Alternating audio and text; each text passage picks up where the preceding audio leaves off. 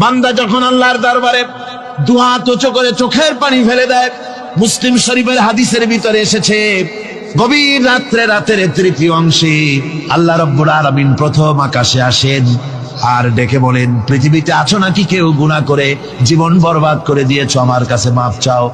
ঋণগ্রস্ত আছো, অসুস্থ আছো, অপমানিত আছো, কে আছো মাজলুম, আমাকে ডাকো, আমার কাছে বলো, আমি ডাকের সাড়া দেব, জীবনের আশা পূরণ করে দেব। ওই সময় যেই সমস্ত লোকেরা কাঁদে তাহাজ্জুদের নামাজ পড়ে, আল্লাহ জিজ্ঞেস করেন ফেরেশতারা, অমুক অমুক দেশ অমুক অমুক বান্দারা কাঁদে কেন? ফেরেশতারা বলে, রব্বুল আলামিন তুমি তো ভালো করে জানো। আল্লাহ বলেন, জানি, তবুও তোমাদের মুখে শুনতে চাই। তারা বলে, রব্বুল আলামিন তোমার এই বান্দা গুনাহ করেছি, গুনার জন্য মাফ চায়, জাহান্নাম থেকে বাঁচতে চায়। আল্লাহ পাক বলেন, ফেরেশতারা আমার এই বান্দারা আমারে দেখেছে নাকি? বলে দেখে নাই। বলে আমার দোজখ দেখেছে নাকি? বলে না, তাও দেখে নাই। আমার বেহেশত দেখেছে নাকি? বলে না, তাও দেখে নাই। আল্লাহ পাক বলেন, ফেরেশতারা সাক্ষী থাকো, ওরা আমাকে দেখে নাই, আমার বেহেশত দোজখ কিছুই দেখে নাই, শুধুমাত্র আমার নবীর কথা, আমার কোরআনের কথা বিশ্বাস করে আরামের ঘুমকে হারাম করে যেভাবে তারা কাঁদতেছে, সাক্ষী থেকে যাও ফেরেশতারা, আমার রহমতের দরিয়ায় জোশ মেরেছে, আমার ওই ক্রন্দনরত বান্দাগুলিকে আমি আল্লাহ মাফ করে দিলাম। সুতরাং মুমিন বান্দা যারা, আল্লাহর মুমিন বান্দা যারা, এই ঈমানের কোয়ালিটি, এটাও হতাশায় নিরাশায় ভেঙে পড়বে না। গুনাহ তো মানুষই করে, গুনাহ হয়ে গেছে, মাপ চাও। তোমার গুনাহ কদ্দুর? তোমার গুনাহ যদি হয় পাহাড় সমান, আল্লাহর রহমত আকাশ সমান। জাহান্নামের কঠিন শাস্তি থেকে বাঁচতে হলে আল্লাহর প্রতি ঈমান আনতে হবে। আর ঈমান আনলে যে কোয়ালিটিগুলি হওয়া উচিত, সেগুলি আমি আপনাদের সামনে আলোচনা করছি।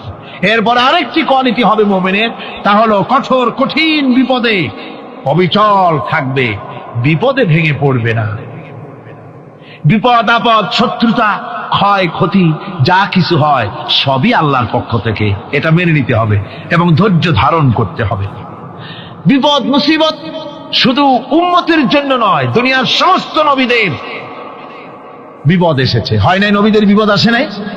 কোরআনে কারীম থেকে শুনুন, আল্লাহ রাব্বুল আলামিন বলেন, ওয়াকাযালিকা জাআলনা লিকুল্লি নাবিয়্যিন আদুওয়াম মিনাল মুজরিমিন।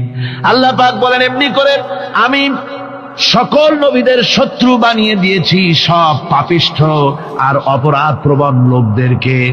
প্রত্যেক যুগে নবীদের শত্রু ছিল, প্রত্যেক যুগে নবীদের কি ছিল? শত্রু ছিল। সে শত্রু কারা ছিল? আল্লাহ পাক বলছেন, নবীদের শত্রু ছিল পাপিষ্ঠ আর অপরাধ প্রবণ লোক, এরাই ছিল নবীদের দুশমন।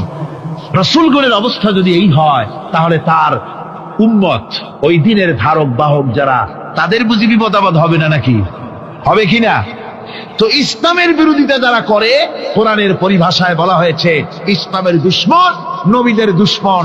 দুনিয়ার সব পাপিষ্ঠ আর অপরাধ প্রবণ লোকেরাই ইসলামের দুশমন হয়, নবীদের দুশমন হয়। আজও দেখেন, আজও তাকিয়ে দেখেন, ইসলামী আন্দোলনের বিরোধিতা যারা করে তারা পাপিষ্ঠ চরিত্রের কিনা, তাকায় দেখেন, খুঁজে দেখেন, সর্বত্র খুঁজে দেখুন, খুঁজে দেখুন। যারা ইসলামী আন্দোলনের বিরোধিতা করে, যারা ইসলামকে মিটিয়ে দেওয়ার চেষ্টা করতেছে, যারা ইসলামকে মৌলবাদ বলে, ইসলামকে সাম্প্রদায়িক বলে, কোরআনে কারীমের কথা কত স্পষ্ট যে নবীদের দুশমন হয়, ইসলামের দুশমন হয় মুজরিম লোকেরা, অপরাধ প্রবণ আর পাপিষ্ঠ লোকেরা। আজও আমরা দেখতে পাই এই শ্রেণীর লোকেরা পাপিষ্ঠ এবং সবচাইতে সমাজের নিকৃষ্ট ধরনের চরিত্রহীন লোক। নামাজ নাই। আপনি খুঁজে দেখেন, ইসলামী আন্দোলনের বিরোধিতা যারা করছে, যারা নেতৃত্ব দিচ্ছে, নামাজ নাই, রোজা নাই, চরিত্র নাই, হজ নাই, যাকাত নাই, মদ, জুয়া, জেনা, ব্যভিচার ইত্যাদিতে লিপ্ত। চেহারা দেখলে ছেলেপেলেরা 2 গ্লাস পানি খায়, ভরস ওঠে। কথা ঠিক কিনা কয়? এই হলো অবস্থা। মারে কেন?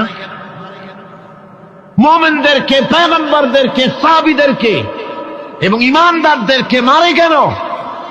তার কারণ হচ্ছে আল্লাহ রাব্বুল আলামিন বলেছেন, ওয়া মা নাকামু মিনহুম ইল্লা আইয়ুমিনু বিল্লাহিল আজিজিল হামিদ।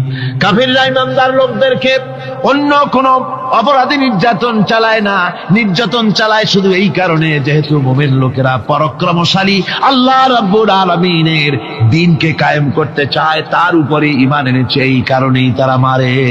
ঠিক কিনা কর? যুগে যুগে নবীদের উপরে, সাহাবীদের উপরে যে অত্যাচার হয়েছে, সে অত্যাচার এই কারণেই হয়েছে, অন্য কোনো কারণে নয়। এই কঠিন বিপদে অবিচলতা এবং ধৈর্যের দৃষ্টান্ত নবীগণ পেশ করেছেন পৃথিবীর বুকে। আমরা দেখেছি ইব্রাহিম আলাইহিস সালামকে আগুনে ফালানো হয়েছে, আছে না কোরআন শরীফে? আমি কিন্তু গল্প করতেছি না, সব কোরআনের কথা। কিসের কথা? ইব্রাহিম আলাইহিস সালামকে আগুনে ফালানো হচ্ছে। অপরাধ কি?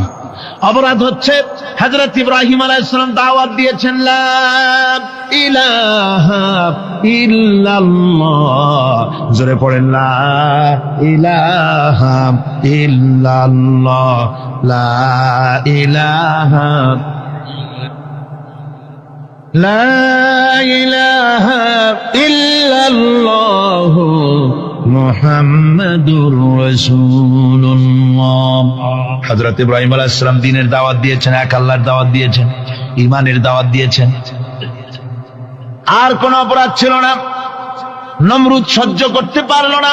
কোরআনে কারীমের মধ্যে সব কথাগুলি আল্লাহ পাক এই জন্য বিধৃত করেছেন, এই জন্য কোরআনে কারীমের মধ্যে সব কথা উঠায় দিয়েছেন, যাতে করে মুমিনেরা বিপদ আসলে পরে যেন ঘাবড়ে না যায়। ইব্রাহিম আলাইহিস সালামকে আগুনে ফালানো হচ্ছে। ফেরেশতা বলছে, ইব্রাহিম তোমারে আগুনে ফালায় দাও, হতেছে আমার কাছে সাহায্য চাও, আমার কাছে ক্ষমতা আছে, আগুনগুলো উঠাইয়ে নমরুদের বংশ জ্বালায় দেব। হযরত ইব্রাহিম ফেরেশতার কাছে সাহায্য চাইছিলেন নাকি? তিনি বললেন, ফেরেশতা তোমার কাছে সাহায্য কেন চাইব? আমি তো এমন কোন অন্ধ আল্লাহর ইবাদত করি না যেই অন্ধ স্রষ্টা তার গোলামের দুঃখ দুর্দশা না দেখেন। আমি তোমার কাছে সাহায্য চাইব না। হযরত ইব্রাহিম আলাইহিস সালাম পাশ করলেন। কি বলেন, পাশ করছেন না? ঈমানের পরীক্ষায় পাশ। আগুনের মধ্যে হযরত ইব্রাহিমকে যখন ফেলানো হচ্ছে, রব্বুল আলামিন আগুনের প্রতি নোটিশ করে দিলেন, ইয়া নারু কুনি বারদাও ওয়া সালামান আলা ইব্রাহিম। আগুন আমার ইব্রাহিমের জন্য শান্তিদায়ক, ঠান্ডা হয়ে যা। এখন কি আর আগুনের বাপের ক্ষমতা আছে ইব্রাহিমরে পোড়ানো? আর ক্ষমতা নাই। আমার বন্ধুগণ, ইব্রাহিম আগুনের ভিতরে আরামে বসা আছেন, আর ওদিকে নমরুদ বসে বসে দেখতেছে দূর থেকে। ইব্রাহিম তো জ্বলে না, গায়ের মধ্যে আগুন জ্বলে গেল। ডাক দিয়া কয়, আগুন তোর হলো কি? কেন জ্বালাইতে পারিস না আমার দুশমন রে? হলোটা কি তোর? তোর কি জ্বালানো শক্তি বন্ধ হয়ে গেল নাকি? আগুনের ভিতর থেকে জবাব এলো, নমরুদ রে, আমার ভিতরে জ্বালানো শক্তি আছে কি নাই যদি প্রমাণ করতে চাও, টেস্ট করতে চাও, তুই নিজে আয়, তোরে শুদ্ধ তামাম দুনিয়া জ্বালাই দিতে পারি, ইব্রাহিমের এক গাছা পশমও জ্বালাই দিতে পারি না। তার কারণ হচ্ছে আমি হচ্ছি মাখলুক, আল্লাহ হচ্ছেন খালিক। আল্লাহ আমাকে বলেছেন না জ্বালাতে, তুমি 1000 বার বললেও আমি ইব্রাহিমকে জ্বালাইতে পারবো না। কোরআনে কারীমে ঘটনা বলে মুমিনদেরকে সাহস দেওয়া হচ্ছে, মুমিনেরা দ্বীনের কাজ করতে গিয়ে বিপদ আবাজ আসবে, ঈমানের দাবি হলো বিপদ আসবে, আর বিপদ আসলে ঘাবড়ায় যেও না, মুসিবতে পড়ে চিন্তায় পেরেশানে হয়রান হয়ে যেও না। বিশ্বকবি আল্লামা ইকবাল কি সুন্দর করে বলেছেন, আজ ভি হোক জু ইব্রাহিম কা ইমা पैदा आग कर सकती है एक अंदाज गुलिस्तां पैदा। ইব্রাহিমের ঈমান যদি আজিও কোথাও হয় বিদ্যমান, করতে পারেন অগ্নিকুণ্ডে খুবসুরত এক গুলিস্তান। আজও যদি আগুনের ভিতরে কোন নমরুদ কোন ইব্রাহিমকে যদি ফেলে দেয়, আল্লাহ রাব্বুল আলামিন আজও আগুনকে ফুলের বাগান বানায়া দিবেন। সুবহানাল্লাহ। ভয় পাওয়ার কারণ নাই, চিন্তা করার কোনো কারণ নাই। আমার বন্ধুগণ, হযরতে হুদ আলাইহিস সালামকে যখন সমাজের লোকেরা, রাষ্ট্রের লোকেরা ঘিরে ফেলে দিল। সমাজ শক্তি, রাষ্ট্র শক্তি যখন তাকে ঘিরে ফেলে দিল, ষড়যন্ত্রের পাহাড় তুলে দিল, তারে মেরে ফেলে দিবে। হযরত হুদ দেশ থেকে তা পালায় গেলেন না, ভয় পেলেন না। হযরতে হুদ আলাইহিস সালাম বললেন, কোরআনে কারীমে হযরত হুদের কথা কোট করা হলো, ফাকিদুনি জামিআন সুম্মা লা তুনজিরুন। সম্মিলিতভাবে ষড়যন্ত্র করো আমার বিরুদ্ধে, সবাই মিলে ষড়যন্ত্র করো, সুম্মা লা তুনজিরুন, আর আমাকে এতটুকু অবকাশ তোমরা দিও না। ইন্নী তাওয়াক্কালতু আলাল্লাহি রাব্বি ওয়া রাব্বিকুম, আমি ভরসা করেছি সেই আল্লাহর উপরে, যার কুদরতি হাতের ভেতরে, যিনি আমাদের রব তোমাদেরও রব, আর যার কুদরতি হাতের ভিতরে তামাম পৃথিবীর জানগুলি যার হাতে, সে আল্লাহর উপরে ভরসা করেছি। ষড়যন্ত্র যদ্দূর আছে করতে থাকো, আমি ষড়যন্ত্র পরোয়া করি না। সুবহানাল্লাহ। এটাই হলো মুমিনের কোয়ালিটি। শুধু ঈমান, লা ইলাহা ইল্লাল্লাহু মুহাম্মাদুর রাসূলুল্লাহ, গরুর গোশত খাই, আর রবিউল মাস আসতে পরে ইয়া নবী সালাম আলাইকা, ইয়া রাসূল সালাম আলাইকা, তারপরে গরম গরম জিলাপি আর রসগোল্লা খাইলাম খুব বেশি করিয়া, এর নাম মুমিন নয়। মুমিন হচ্ছে তার চলায় ফেরায়, ওঠায় বসায় সাহসে তার এক আন্দাজ তৈরি হবে সে। আমার ভাইয়েরা, বিপদে অবিচলতা আমাদেরকে পয়গম্বরেরা শিক্ষা দান করেছেন। আমরা দেখতে পেয়েছি বিশ্বনবী জনাবে মুহাম্মাদুর রাসূলুল্লাহ সাল্লাল্লাহু আলাইহি ওয়াসাল্লাম হিজরতের রাত, কাফেররা চতুর্দিকে দাঁড়ানো। হযরত জিবরাইল এসে বলেন, ইয়া রাসূলুল্লাহ, হে কাফেররা চতুর্দিকে ঘিরে দাঁড়িয়েছে, গভীর রাত, এখন হাতে তাদের তরবারি, সকাল হলে পরেই তারা আপনাকে মেরে ফেলে দেবে, তাড়াতাড়ি ওঠেন, মদিনার দিকে চলে যান। আল্লাহ নবী ঘুমের থেকে জেগে হযরত আলীকে ডেকে বলেন, আলী, আল্লাহ অর্ডার করেছেন আমি মদিনায় চললাম, আমার বিছানার পরে আমার চাদর গায়ে দিয়ে শুয়ে থাকো। হযরত আলী বলেন, আল্লাহর হাবিব, আপনার চাদর গায়ে দিয়ে ঘুমিয়ে থাকবো, সকালবেলায় কাফির বেঈমানেরা আপনার বিছানার পরে আপনার চাদর গায়ে দেওয়া অবস্থায় আমি আলীকে তারা মুহাম্মদ মনে করবে, আর আমি আলীকে নবী মনে করে তারা তাদের তরবারি দিয়া কেটে কেটে টুকরা টুকরা করে আমারে বিদায় করে দেবে দুনিয়া থেকে। এতটুকুনো পরোয়া করি না, বরং আমার দিলের মধ্যে এটাই তৃপ্তি থাকবে যে আমি আলীর জীবনের বিনিময় আল্লাহর হাবিব দুনিয়ায় বেঁচে আছেন। যে ব্যক্তি বিদ্রোহ করেছে এবং দুনিয়ার জীবনকে অগ্রাধিকার দিয়েছে, তার জায়গা হচ্ছে জাহান্নাম। জোরে বলেন নাউজুবিল্লাহ। যে ব্যক্তি আল্লাহর সঙ্গে বিদ্রোহ করেছে আর পরকালের জন্য পাথর জোগাড় করে নাই, দুনিয়াকে অগ্রাধিকার দিল, পরকালকে ভুলে গেল, তার জায়গা হলো জাহান্নাম। وَأَمَّا مَنْ خَافَ مَقَامَ رَبِّهِ وَنَهَى النَّفْسَ عَنِ الْهَوَى فَإِنَّ الْجَنَّةَ هِيَ الْمَأْوَى। আর যে ব্যক্তি আপন প্রভুর সামনে উপস্থিত হওয়াকে ভয় করেছে এবং আপন প্রবৃত্তিকে লালসা মুক্ত করেছে, লালসার হাত থেকে রক্ষা করেছে, আল্লাহ রাব্বুল আলামিন কিয়ামতের দিন তার জন্য রেখে দিয়েছেন জান্নাত। তার জন্য কোন জায়গা? জান্নাত। আমাদেরকে পরকাল ভিত্তিক জীবন যাপন যদি করি, তাহলে কবরের জবাবগুলি খুব আসান হবে। আর যদি পরকাল ভিত্তিক জীবন যাপন না হয়, কবরটা মুসিবত হয়ে যাবে। হযরত ওসমান রাদিয়াল্লাহু তাআলা আনহু কবরের কাছে গিয়ে খুব কাঁদতেন। সাহাবায়ে কেরাম প্রশ্ন করেছেন, হুজুর, রাসূল করিম সাল্লাল্লাহু আলাইহি ওয়াসাল্লাম যখন জান্নাত ও জাহান্নামের ওয়াজ করেন, তখনও তো এত বেশি আপনি কাঁদেন না, যত বেশি কাঁদেন কবরের কাছে এসে, কারণ কি? হযরত ওসমান রাদিয়াল্লাহু তাআলা আনহু বলতেন, আমার সাথীরা, আমি আমার হাবিবের কাছে, আল্লাহ রাব্বুল আলামিনের রাসূলের কাছে আমি শুনেছি, এই কবরটাই হলো প্রথম স্টেশন, এই কবরটাই হলো প্রথম ইমিগ্রেশন কাউন্টার। এই জায়গায় যদি কেউ ধরা পড়ে যায়, কারো যদি চার্জশিট হয়ে যায়, সব জায়গায় ধরা পড়ে যাবে, হাসরে মিজানে সিরাতে কোনো জায়গায় নাজাত পাবে না। আর এই কবরটা যদি কেউ মুক্তি পেয়ে যায়, মিজান সিরাত হাসর সব জায়গা থেকে আল্লাহ তারে ভালোভাবে পার করে দিবেন। এটা হলো আসল জায়গা, মারাত্মক জায়গা, খুব মারাত্মক জায়গা। আমি এটাকে ইমিগ্রেশন কাউন্টার বলেছি আমার ভাষায়। ইমিগ্রেশন কাউন্টার যারা বিদেশ ভ্রমণ করেছেন তারা জানেন। লন্ডন যাবেন, আমেরিকা যাবেন, সৌদি আরব যাবেন, যে কোনো বিদেশে যাবেন, গেলেই পাসপোর্ট তারা দেখবে।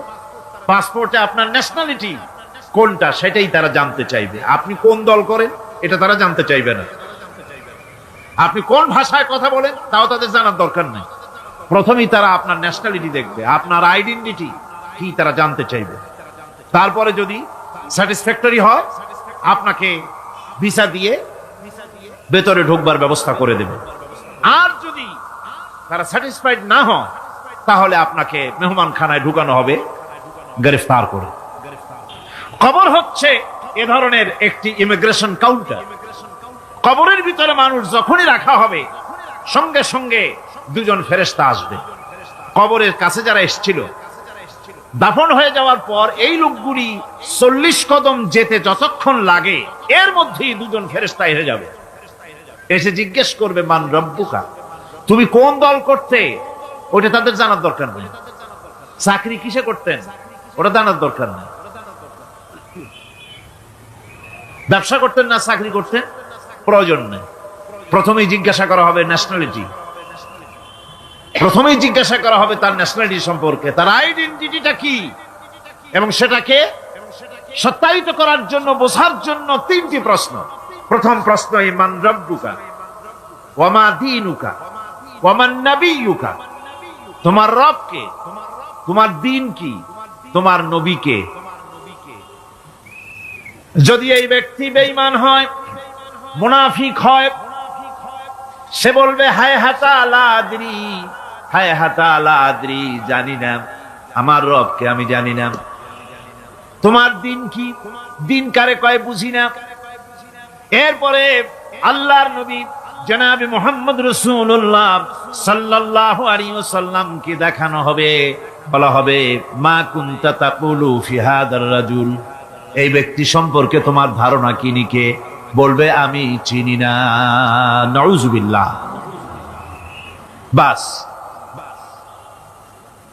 এরপরে তার যা হবার তাই শুরু হয়ে যাবে। আর যদি বান্দাটা মুমিন হয়, প্রশ্ন করা হবে মান রব্বুকা, জবাব দেবে রব্বি আল্লাহ, আমার রব আল্লাহ রাব্বুল আলামিন। ওয়া মা দীনুকা, দীনুনা ইসলাম, আমার দিন হচ্ছে ইসলাম। এরপরে আল্লাহর নবীকে দেখানো হবে। কয়েক রকমের বর্ণনা আছে। কোন বর্ণনায় আছে হুজুরের আকারে দেখানো হবে, অথবা রাসূলকে সরাসরি দেখানো হবে। বলা হবে মা কুনতা তাকুলু ফি হাদার রাজুল, এই লোকটি সম্পর্কে ধারণা কি?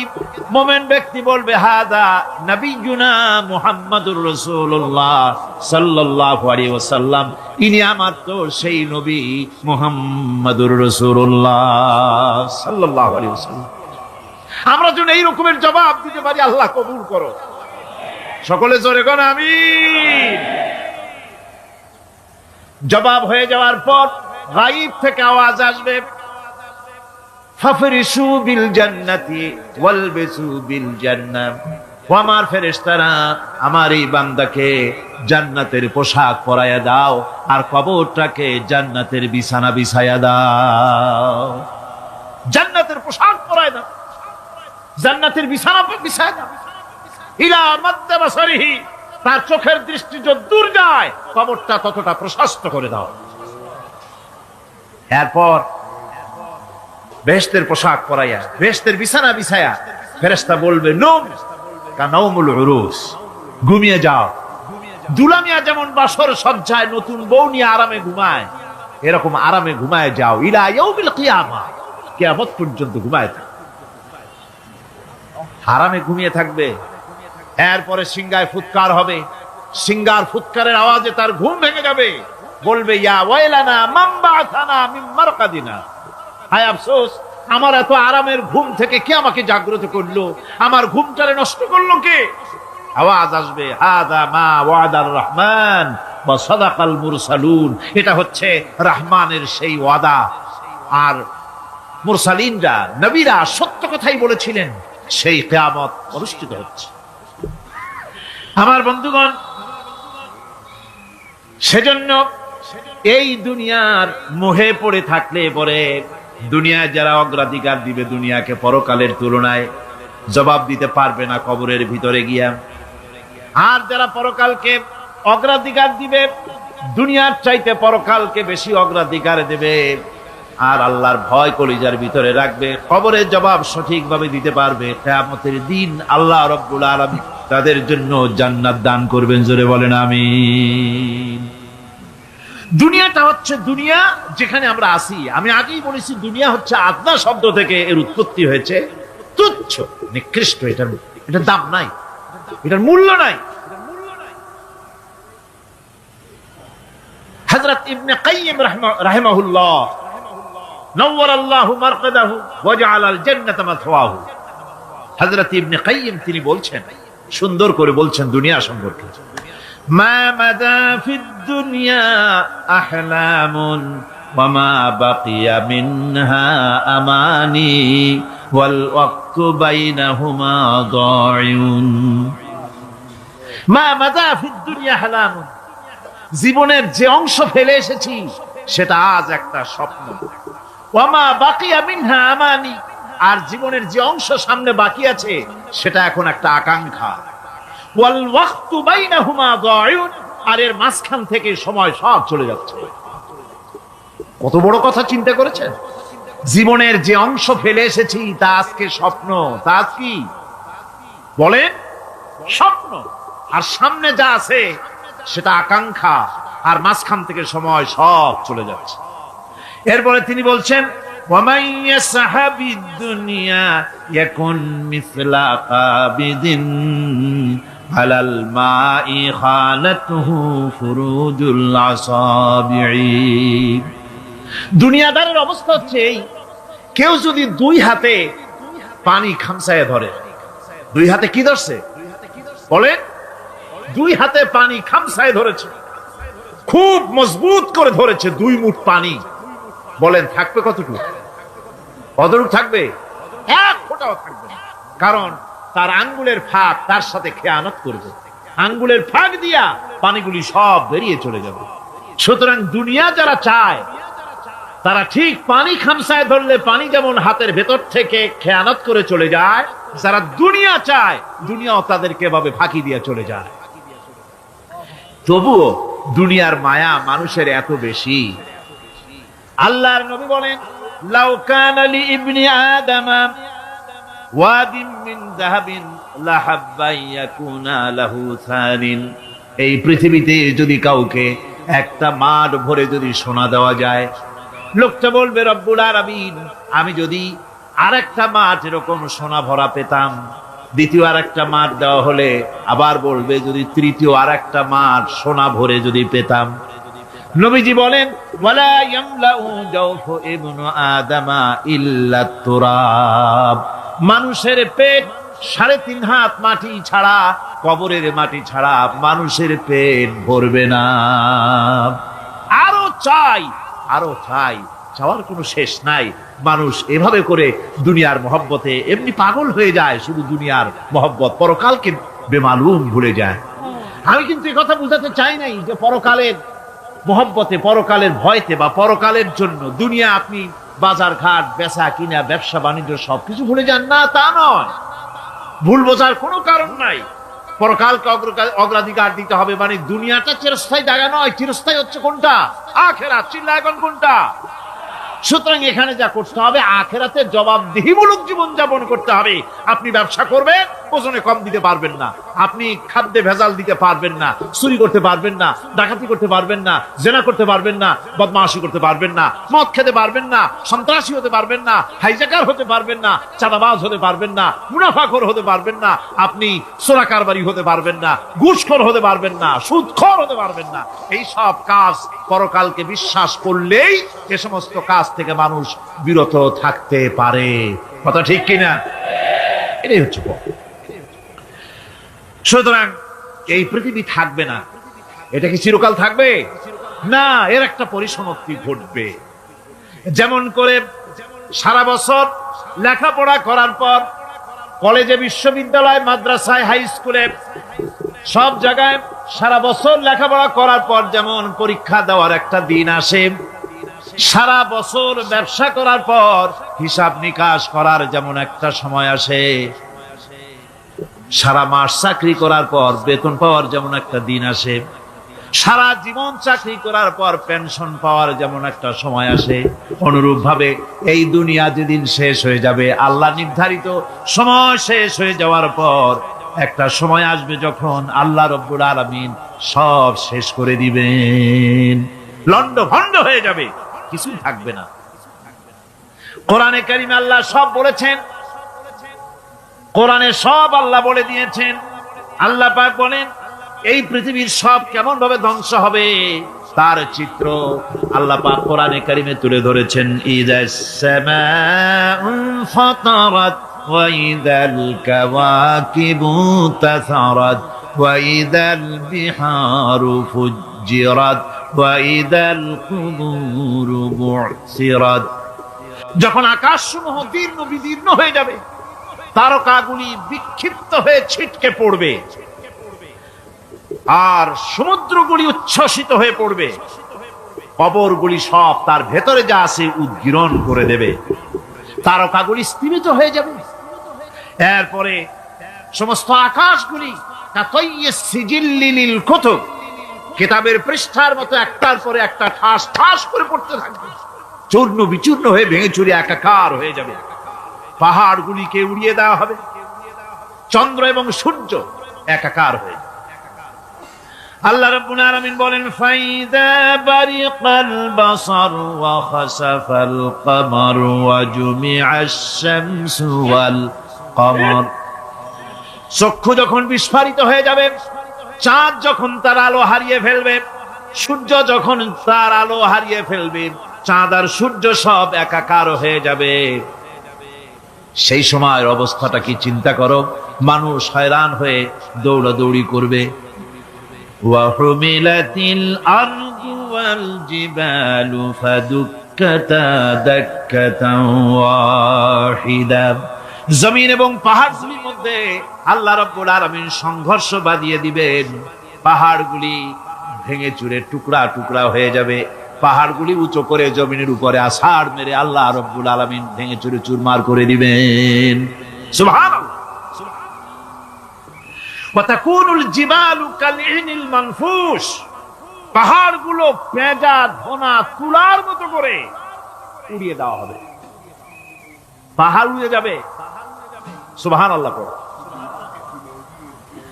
পাহাড় পাথরের তৈরি করা পাহাড়, এই পাহাড়গুলি তুলার মতো হয়ে উড়বে কিভাবে? আমি এই দৃশ্য নিজের চোখে কিছুটা হলেও দেখছি। আজ থেকে 10 দিন আগে আমি ইতালি সফর করে এসেছি। ইতালির রাজধানী রোম। রোম প্রাচীন সভ্যতার লালন ভূমি। কোরআনে কারিমে সূরায়ে রোম রয়েছে, এই রোম সেই রোম। এখানের বাদশার কাছে রাসূল করিম সাল্লাল্লাহু আলাইহি সাল্লাম হেরাক্লিয়াসের কাছে চিঠি পাঠিয়েছিলেন, সেই রোম। 12 থেকে 15 হাজারের মতো বাংলাদেশি মুসলমান সেখানে আছে। জুমার দিন, যেদিন আমি গেলাম তার পরের দিনই জুমা ছিল। জুমার নামাজ পড়লাম ভ্যাটিকানের কাছেই, বিশাল মসজিদ, ইউরোপের ভিতরে সবচেয়ে বড় মসজিদ এটা। রোম ইসলামের দুশমনদের রাজধানী। সেইখানে যখন আযান হচ্ছে আশহাদু আন্না মুহাম্মাদার রাসূলুল্লাহ, আমার অনুভূতির কথা আপনাদেরকে বোঝাতে পারবো না, কি অনুভূতির সৃষ্টি হয়েছে আমার ভেতরে। ভ্যাটিকানের পোপ এক পাশে, কিছু দূরেই ভ্যাটিকান, ওটা হচ্ছে গোটা পৃথিবীর সমস্ত খ্রিস্টানদের কাবা, ভ্যাটিকান। তার পাশেই বিশাল মসজিদ, সেখানে নামাজ পড়লাম। চিন্তার ভেতরে আসলো আল্লাহ রাব্বুল আলামিন তার হাবিবের নাম, তার তাওহীদ, তার রিসালাতকে কিভাবে বিশ্বময় ছড়িয়ে দিলেন। আবু জাহেল চাইছিল মুহাম্মদ সাল্লাল্লাহু আলাইহি ওয়াসাল্লামকে স্তব্ধ করে দেবে মক্কার জীবনেই, কত বদনাম, সাহের, কাহেন, কাজ্জাব, শায়ের, নাউযুবিল্লাহি মিন যালিক, কত গালাগালি করলো। আর আল্লাহ শোনালেন, হাবিব চিন্তার কোনো কারণ নাই, ওয়া রাফা'না লাকা যিকরাক, আমি আপনার প্রশংসা বিশ্বময় ছড়িয়ে দেব। সুবহানাল্লাহি ওয়া বিহামদিহি। রম প্রোগ্রাম শেষ করে আমাকে তারা নিয়ে গেল, যেটা আমি বলছি সফর কাহিনী শোনাবার সময়টা না, যেহেতু এর সঙ্গে প্রাসঙ্গিক সেজন্য বলছি। পাহাড় কেমনে তুলার মতো হয়ে উঠবে তার নজির দেখেছি। রোম শহর থেকে 300 মাইল দূরে, 300 কিলোমিটার দূরে নেপোলিয়ান বোনাপার্ট তার বাড়ি, এবং ওটা তার নামই একটা প্রভিন্স। ভূমধ্য সাগরের পারে ভিসুভিয়াস, পৃথিবীর সবচাইতে বড় আগ্নেয়গিরি। সেটা দেখাতে নিয়ে যাওয়া হলো আমাকে, যে পাহাড়টা পৃথিবীর মাটি থেকে তার চূড়া হচ্ছে 3 মাইল উঁচু। এর 2 মাইল গাড়িতে করে ঘুরে ঘুরে যাওয়া যায়, এরপর আর গাড়িতে যাওয়া যায় না, বাকিটুকুন যেতে হবে হেঁটে হেঁটে। পাহাড়ের উপরে অক্সিজেন কম, বেশ কষ্ট হচ্ছিল উঠতে। জীবনে প্রথম পাহাড়ে চড়েছি, জাবালে নূর, রাসূল করিম সাল্লাল্লাহু আলাইহি সাল্লামের উপরে যেখানে ওহী হয়েছিল সর্বপ্রথম। পাহাড় চড়ার একটা অভিজ্ঞতা ওখান থেকে আমার কিছুটা হয়েছিল। খুব কষ্ট হলো বাকি 1 মাইল উঠতে। যখন ভিসুভিয়াসের একদম শীর্ষে চলে গেছি, সেখানে গিয়ে আমার সাথে 15-20 জন লোক ছিল। আমি নিজে আল্লাহু আকবার বলে আমার গলা থেকে আওয়াজ বেরিয়ে গেল। আমি দেখতে পেলাম ভিসুভিয়াসের শীর্ষে বিশাল গর্ত। আমার মনে হয় গর্তটা এই মাঠের 1/4 হবে। এই মাঠের 1/4 হবে গর্তটা। সেই গর্তটার গভীরতা হচ্ছে 1.5 কিলোমিটার। এইখান থেকে পাথরগুলি উত্থিত হয়েছে, আগ্নেয়গিরি পাথর আগুনে গলে লাভা হয়ে এগুলি পাহাড় বেয়ে উপচে পড়েছে, চতুর্দিকে 12 মাইল ছড়িয়ে গিয়েছে। আমার মনে পড়লো, ওয়াকুদুহান নাস ওয়াল হিজারা, জাহান্নামের আগুনের ইন্ধন হবে মানুষ আর পাথর। আমি সেখানে সেজদায় পড়ে গিয়া কানলাম আর বললাম, আল্লাহ জাহান্নামের আগুন হারাম করে দিও আমাদের জন্য। পাথর কিভাবে গললো, গলে পাথরগুলি গলে পুড়ে চতুর্দিকে পড়েছে, আর ছিটকেছে, চতুর্দিকে ছিটকে পড়েছে। সেই পাথরগুলি ছিটকে ছিটকে যেগুলি পুড়ে পড়েছে, সেগুলিকে দূরে সাদা রঙের বলে মনে হয়, কোনোটা সাদা কোনোটা কালো, মনে হয় যেন তুলার মতো হয়ে পড়ে আছে চতুর্দিকে। 1944 সনে তৃতীয়বারের মতো ভিসুভিয়াস অগ্নিগিরি যে অগ্নি উৎপাত করে, তাতে আশেপাশের 12 মাইল এলাকা এফেক্টেড হয়ে যায়। পাথরগুলি গলে এভাবে বিধ্বস্ত করে দিয়েছে। এখান থেকে এখানে জোহরের নামাজ, আসরের নামাজ আমরা পড়লাম, আল্লাহর কাছে খুব দোয়া করলাম। এখনো ধোঁয়া উঠতেছে, এখনো পাহাড়ের ফাটল দিয়ে ধোঁয়া উঠছে। একজন হাত দিয়ে আমাকে বলল যে খুব গরম লাগে ধোঁয়াগুলি। ওখানকার লোকেরা বলল যে ভেতরে এখনো আগুন আছে, তবে সুপ্ত, যে কোনো মুহূর্তে আবার তা জাগ্রত হতে পারে। আমরা সেখান থেকে নেমে এলাম। একটু কিছু দূর গিয়েই সেখানে হলো পম্পেই শহর। এই পম্পেই শহরটা হচ্ছে ঈসা আলাইহিস সালামের জন্মের 2000 বছর আগে এই শহর তৈরি হয়। ঈসা আলাইহিস সালামের জন্মের 179 বছর পর ভূমিকম্প হয়। সেই ভূমিকম্পে গোটা পম্পেই শহরটা পৃথিবীর মানুষের চোখের আড়াল হয়ে যায়, ধ্বংস হয়ে যায়, মাটির তলায় গরক হয়ে যায়। আজ থেকে 200 বছর আগে মাটি খনন করতে গিয়ে এই শহর আবিষ্কৃত হয়। পুরা শহরটা খুঁড়ে তারা বের করেছে। 180 হেক্টর জমিনের উপরে এই বিশাল শহর। ঘুরে ঘুরে দেখলাম, গাড়ি চলে না সেখানে, পায়ে হেঁটে দেখতে হলো। প্রশস্ত রাস্তা। আজ থেকে 4000 বছর আগের মানুষেরা রাস্তা বানাতে জানতো পাথর দিয়ে, এবং রাস্তার দুধারে তাদের ছিল ফুটপাত, পানির ব্যবস্থা, নগরায়নের সব রকমের সুযোগ সুবিধা। তারপরে সেখানে বিচারালয়, এরপরে দোকানপাট, বাজার ঘাট, সবকিছুর ব্যবস্থা রয়েছে। বিশাল বিশাল পাথরগুলি দিয়ে পিলার তৈরি করা। ভাবলাম এই পিলারগুলি, এই পাথরগুলি তারা কিভাবে ক্রেন ছাড়া এত উপরে উঠালো কি করে, আমার মাথায় আসলো না। পাথর কেটে কেটে সুন্দর সুন্দর অঙ্কন শিল্প তারা করেছে। এরপরে ঘুরতে ঘুরতে বাদশার রাজার বাড়িতে গিয়ে ঢুকলাম। সেখানে গিয়ে দেখলাম উলঙ্গ এত মূর্তি পাথরের তৈরি করা, পাথর কেটে কেটে দেওয়ালে যৌন মিলনের এমন কোন অশ্লীল ছবি নাই যা তারা সেখানে তৈরি করে নাই। উলঙ্গ মূর্তি আর উলঙ্গ যৌন মিলনের অসংখ্য ছবি দিয়ে এই এলাকা ভরা। তখন আমি বুঝলাম আল্লাহর গজব হওয়ার কারণটা কি, এই শহরটা মাটির নিচে গরক হয়ে যাওয়ার কারণটা কি। আল্লাহ পাক জেনা ব্যভিচার যে দেশে বেশি হয় আল্লাহ পাক বরদাস্ত করে। দুশ্চরিত্র যে দেশের মানুষ দুশ্চরিত্র হয়ে যায়, জেনা ব্যভিচার বেশি হতে থাকে, আল্লাহ গজব করে দেন, গজব দেন। এই গজব এক এক সময় এক এক রকমের হয়ে আসে।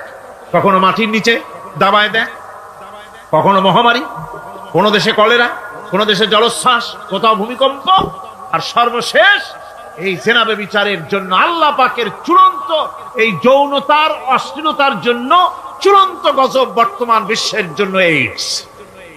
আল্লাহ পাক এই গজব দিয়েছে। বন্ধুগণ, আমি সেই জায়গা, আমি সেখানে যা দেখলাম যে আল্লাহ পাক পাহাড়গুলিকে কিভাবে উড়াবেন, এটা অস্বীকার করার কোনো উপায় নাই। বিশ্বাস তো করতামই, তবে হযরত ইব্রাহিম আলাইহিস সালাম যেমন বলেছিলেন, রব্বি আরিনি কাইফা তুহিল মাউতা, আয় আল্লাহ তুমি মরাকে জিন্দা করবা কেমনে? আল্লাহ পাক বলেন আওয়ালাম তুমিন, তুমি বিশ্বাস করো না? ইব্রাহিম আলাইহিস সালাম বললেন বালা, অবশ্যই বিশ্বাস করি, ওয়ালাকিন লিয়াতমাইন্না কলবি, যদি চোখে দেখতাম তাহলে আমার অন্তরাত্মা খুব ঠান্ডা হতো। আল্লাহ রাব্বুল আলামিন চোখে দেখায় দিলেন জিন্দা কেমনে মুর্দা হবে, মুর্দা কেমনে জিন্দা হবে, আল্লাহ দেখায় দিলেন। পাহাড় উড়ায় দিবেন আল্লাহ রাব্বুল আলামিন। একথা কলিজার মধ্যে এটার উপর ঈমান বিশ্বাস, কিন্তু আল্লাহ চোখে দেখাইছেন, ঈমান আরো মজবুত হয়েছে, যা ছিল আরো মজবুত হয়েছে। সুবহানাল্লাহ। আল্লাহর ভয়তে কলিজা কেঁপেছে। আমি পাহাড়ের উপরে কেঁদেছি, যার যার হয়ে কেঁদেছি। বন্ধুগণ, আল্লাহ সুবহানাহু ওয়া তাআলা এই জন্য বলেছেন কুল সিরু ফিল আরদ, আমার জমিন ঘোরো, ভালো করে দেখো, কাইফা কানা আকিবাতুল মুকাজ্জিবিন, মহাসত্যকে যারা অস্বীকার করেছে তাদের পরিণতি আমি কি করে দিয়েছি, এগুলি চোখে ভালো করে তাকায় দেখো। আমার বন্ধুগণ, সুতরাং এই পৃথিবীর অবসান হবে, এই পৃথিবী ধ্বংস হবে, এই পৃথিবী চূড়ান্ত ভাবে শেষ হয়ে যাবে। ও হ্যাঁ, আরেকটি কথা বলতে হয়, সেটা হচ্ছে যে এই রোম থেকে আরেকটু দূরে 900 মাইল দূরে হচ্ছে সিসিলি। 900 মাইল দূরে, সেখানে এই সিসিলি মুসলমানেরা শাসন করেছিল 350 বছর। সেই সিসিলিতে রয়েছে 360টা মসজিদ মুসলমানদের করা। সমস্ত মসজিদগুলি আজ তালা বন্ধ, একটা মসজিদও খোলা নাই।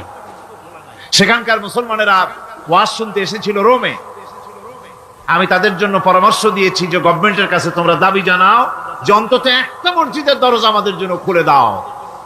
রোমের অবস্থানরত প্রবাসী বাংলাদেশি মুসলমানেরা আমাকে বলেছে, তাদের অনেকের বাড়ি চট্টগ্রামেও আছে, আমাকে বলেছে তাদের চোখে পানি আসছে বলার সময় যে চিরঙের তাফসীর মাহফিল যখন আসে কলজেটা কাঁদতে থাকে যাওয়ার জন্য। তো যাওয়া তো সম্ভব না এত দূর থেকে, আমাদের সালাম বলে দিবেন যত লোক আসবে, আর আমাদের জন্য দোয়া করতে বলবেন যেন এই রোমের ভিতরে আমরা ইসলামের আদর্শের ভিত্তিতে আমরা যেন চলতে পারি। আপনারা দোয়া করুন তাদের জন্য।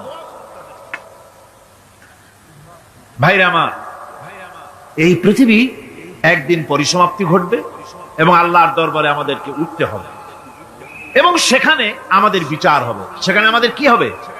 বিচার হবে। আল্লাহ পাক বিচারটাকে নির্ভুল করার জন্য, সঠিক করার জন্য প্রত্যেকের গলায় আমলনামা ঝুলায় রাখছে, এখানে রেকর্ডের ব্যবস্থা করা হয়েছে। আল্লাহ পাক বলছেন ওয়া কুল্লা ইনসানিন আলজামনাহু তাইরাহু ফি উনুকিহি ওয়া নুখরিজু লাহু ইয়াউম ইয়াউমাল কিয়ামাতি কিতাবান ইয়ালকাহু মানশুরা। আল্লাহ পাক বলেন প্রত্যেকের ভালো মন্দ কর্মফল, কর্মলিপি আমি তার গলায় ঝুলায় রেখেছি। কিয়ামতের দিন সে নিজের কাছে স্পষ্ট সব দেখতে পারবে, কোনো জিনিস বাদ পড়বে না। তার গলায় তার আমলনামা ঝুলানো আছে, সব রেকর্ড হতেছে। আমরা যা করছি সবগুলি রেকর্ড হয়ে যাচ্ছে। বর্তমান বিজ্ঞানীরা আবিষ্কার করেছে যে মানুষের শরীরের ভিতরে ডিএনএ আছে, রক্তের ভিতরে ডিএনএ, এটা একটা কোডর। মানুষের রক্তের ভিতরে ডিএনএ আছে। যেমন তার ব্রেনের ভিতরে কতগুলি কোষ আছে, এক একটা কোষ এক এক ধরনের কাজ করে, অনুরূপ ভাবে তার শরীরের ভিতরে রক্তের ভিতরে ডিএনএ আছে। এই ডিএনএটা কি? এই ডিএনএটা হচ্ছে, এই ডিএনএ একটা কম্পিউটারের মতো কাজ করতেছে। লোকটা কি করবে, কোথায় যাবে, সে ভালো হবে মন্দ হবে কি হবে, সব তার ডিএনএ এর মধ্যে রেকর্ডকৃত আছে। এটা বোঝার জন্য একটা সুন্দর দৃষ্টান্ত দেওয়া যায়। যেমন এই কাগজটাকে আপনারা মনে করুন একটা গাড়ির একটা ব্লুপ্রিন্ট, একটা গাড়ির ব্লুপ্রিন্ট। এখানে লেখা আছে গাড়ি কিভাবে তৈরি হবে। এই কাগজটা নিয়ে ঘরের মধ্যে রেখে দিলেন। এখন এই কাগজটা থেকেই অটোমেটিক গাড়ির উইন্ডো তৈরি হলো, শিল তৈরি হলো, গাড়ির বডি তৈরি হলো, চেসিস তৈরি হলো, টায়ার তৈরি হলো, ইঞ্জিন তৈরি হলো, ব্যাটারি তৈরি হলো, পেট্রোল নিল, আর কোন রকমের ড্রাইভার ছাড়াই গাড়ি চলতে আরম্ভ করলো। এই কথাটা যদি মনের মাথার মধ্যে আনতে পারেন যে এটা কিভাবে হইতে পারে, এতে লেখা অনুযায়ী যেভাবে হওয়া যদি সম্ভব হয়, অনুরূপ ভাবে মানুষের রক্তের ভিতরে ডিএনএ এরা আবিষ্কার করেছে। এর ভিতরে মানুষের ভালো মন্দ, কোথায় যাবে কি করবে, সবকিছু এর মধ্যে রয়েছে। কোরআনে কারীমে আল্লাহ রাব্বুল আলামিন, আমি গত বছরও বলছিলাম যে বিজ্ঞানের আবিষ্কার যত বাড়বে কোরআন বোঝা মানুষের জন্য তত সহজ হবে। কোন সুবহানাল্লাহ। কোরআন বোঝা মানুষের জন্য তত সহজ হবে। সুতরাং মানুষের গলার সাথে আল্লাহ পাক বলছেন যে একটা আমলনামা আমি ঝুলাই দিয়েছি তার গলার সাথে, সে যা করতেছে ওখানে সব লিপিবদ্ধ হচ্ছে, কম্পিউটারাইজড, কম্পিউটারের মতো এগুলি সব গ্রহণ করতেছে। এগুলি কিয়ামতের দিন তার সামনে হাজির করা হবে। কিয়ামতে যখন আমলনামা তার সামনে দিয়ে বলা হবে, ইকরা কিতাবাকা কাফা বিনাফসিকাল ইয়াওমা আলাইকা হাসিবা, তাকে বলা হবে নিজের কর্মলিপি নিজেই পড়ো, আজ তুমি তোমার নিজের হিসাব নিতে যথেষ্ট। বন্ধুগণ, এই মাহফিলে যত লোক আমরা বসে আছি, আমরা আমাদের হিসাব নিতে যথেষ্ট না আরেকজন লাগবে? কোন আমরা যথেষ্ট কিনা? কথা বোঝেন নাই। আমি বলতে চেয়েছি এটা, আমরা যদি এখন চোখ বুঝে চিন্তা করি যে পিছনের জীবনে কি করেছি, মনে পড়বে নাকি পড়বে না? বলেন সবাই, পড়বে কি পড়বে না? ছোটবেলায় কবে পায়ের নিচে কাঁটা ফুটেছিল, কবে কোথায় আছাড় খেয়েছিলেন, কবে কার বেল তাল আম কাঁচা আম চুরি করে খেতে গিয়ে কিল খেয়েছিলেন, তাড়া খেয়েছিলেন, তাকে এখন মনে নাই? আছে। তাহলে কিল, ওই তাল বেল চুরি করতে গিয়ে যে কিলটা খাইছিলেন সেটাও মনে আছে, ভালো মন্দ সব মনে আছে। তাহলে কোন হোটেলের রুমে কি করছিলেন, কোন স্কুলে কোন কলেজে কি করছিলেন, তারপরে জীবনে ছোট বড় ঘটনাগুলি সব বুঝতে মনে পড়বে না? এবার হিসাব করেন, মনে যদি পড়ে এবার হিসাব করেন আপনি জান্নাতি না জাহান্নামী। আপনি আপনার নিজের হিসাব নেওয়ার জন্য যথেষ্ট। তাকে হিসাব করতে বলা হবে, তোমার হিসাব, তোমার নিজের হিসাব নেওয়ার জন্য তুমি যথেষ্ট, তোমার হিসাব তুমি নিজেই করো, এটা পড়ো। আর সেই কিয়ামতের দিন কোন সাহায্যকারী মিলবে না। লান তানফাকুম আরহামুকুম ওয়ালা আওলাদুকুম ইয়াউমাল কিয়ামাহ। লান তানফাকুম, কিয়ামতের দিন কোনো ফায়দা হবে না, অবশ্যই কোনো ফায়দা হবে না, কোনো উপকারে আসবে না। কিয়ামতের দিন তোমার সন্তান, তোমার স্ত্রী, তোমার মাল, তোমার সম্পদ কোনো উপকারে আসবে না। কিয়ামতের ময়দানে সেদিন সব তোমার সাথে বিচ্ছেদ করবে, সব পালায় যাবে। সেখানে উৎকোষেরও কোনো কারবার নাই যে ঘুষ টুস দিয়া, ফেরেশতাদের কোন রকম বুঝবাজ দিয়া, আলাদা কোনো চোরাগলি পথ দিয়া একেবারে ফুট করে ভেসতে চলে যাবেন, এমন কোনো সুযোগ নাই। অনেকে বলে হুজুর এমন কিছু দোয়া শিখায় দেন যাতে ওই সব জেহাদ বোমা এগুলি খুব ভয় পাই, ওসব রাস্তা টাস্তা না, খুব সহজে কিছু দোয়া দুরূদ করিয়া আস্তে করে জান্নাতে চলে যাওয়া যায়, এরকম একটা দোয়া, এরকম একটা পথ বলে দেন। আমি বলি ভাই, এরকমের কোন সূরাগুলি আমার রাসূল আবিষ্কার করতে পারেন নাই। আল্লাহর পয়গম্বরের ওই ধরনের কোন পথ আবিষ্কার করতে পারেন নাই। সেখানে কিয়ামতের দিন কাউকে উৎকোচ গ্রহণ করার কেউ নাই, উৎকোচ দেওয়া যাবে না। আর উৎকোচ দিবি নেবা কি? আপনার কাছে কিছু নাইও, থাকলেও নেওয়ার কেউ নাই। এই দুনিয়ায় ফাঁকিবাজি করে বহুত কিছু করা যায়, কিন্তু কিয়ামতের মাঠে এগুলি কিছুই চলবে না। اليوم لا ينفع مال ولا بنون। কিয়ামতের দিন ধন সন্তান সন্ততি আর সম্পদ কোনো কাজে লাগবে না। সেদিন শুধু আমল যদি ভালো হয় কাজে লাগবে, আমল খারাপ হবে সব শেষ হয়ে যাবে। আল্লাহ রাব্বুল আলামিন নবীজিকে ডেকে বলেছেন, নবী আপনি বলেন, কুল মা কুনতু বিদআম মিনার রাসূল, আপনি বলুন আমি কোন নতুন রাসূল নই, আমার আগে অনেক নবী রাসূল পৃথিবীতে এসেছেন, তারা বিদায় হয়ে গেছেন। আমি জানি না কিয়ামতের দিন আল্লাহ রাব্বুল আলামিন আমার সাথে কি ব্যবহার করবেন, আর আমি এও জানি না যে কোরআনে কারীমের মধ্যে আল্লাহ পাক এই পৃথিবীর বুকে যারা আরামের টাটকা সুখগুলি আরামগুলি যারা বর্জন করে আল্লাহ রাব্বুল আলামিনকে বিশ্বাস করে যারা জীবন পরিচালনা করেছে, আল্লাহ পাক তাদের জন্য জান্নাত রেখেছেন এবং তাদের জন্য বলছেন, সাবিকু ইলা মাগফিরাতিম মির রাব্বিকুম ওয়া জান্নাতিন আরদুহা কাআরদিস সামাই ওয়াল আরদ উইদ্দাত লিল্লাযীনা আমানু বিল্লাহি ওয়া রাসূলিহি। আল্লাহ পাক বলেন, প্রতিযোগিতা করো আল্লাহর মাগফিরাত কামনার জন্য আর জান্নাতে যাওয়ার জন্য প্রতিযোগিতা করো, আল্লাহর রহমত পাওয়ার জন্য সৎ কাজের প্রতিযোগিতা করো, তাহলে আল্লাহ রাব্বুল আলামিন তোমাদেরকে ক্ষমা করবেন আর তোমাদের জন্য এমন জান্নাত দিবেন যেই জান্নাত আকাশের বিশালতার জমিনের বিশালতার মতো। এই বিরাট জান্নাত তোমাদেরকে দিবেন। এই জান্নাত চিরস্থায়ী সুখ এবং শান্তি জায়গা হবে। মাসালুল জান্নাতিল্লাতী উইদাল মুত্তাকুন ফিহা আনহারুম মিন মাইন গায়রি আসিনিন ওয়া আনহারুম মিন লাবানিন লাম ইয়াতাগায়্যার তা'আমুহু। আল্লাহ পাক বলছেন, জান্নাত আল্লাহ পাক ওয়াদা করেছেন মুত্তাকিদের জন্য। আল্লাহ পাক জান্নাত দিবেন যে জান্নাতের ভিতরে রয়েছে মধুর প্রস্রবণ, রয়েছে দুধের প্রস্রবণ, রয়েছে সেখানে স্বচ্ছ পানীয় পানির প্রস্রবণ রয়েছে। এই সুন্দর জান্নাত ঝর্ণা ধারা আল্লাহ পাক সৃষ্টি করেছেন, বাগ বাগিচা দিয়ে ভরে রেখেছেন জান্নাত।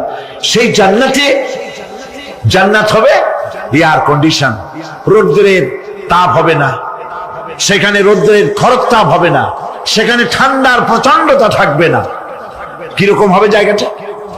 আল্লাহ পাক বলছেন, মুত্তাকিনা আলাল আরাইকি লা ইয়ারাউনা ফিহা শামসান ওয়ালা জামহারিরা ওয়া দানিয়াতান আলাইহিম যিলালুহা ওয়া যুল্লিলাত কুতুফুহা তাযলিলা।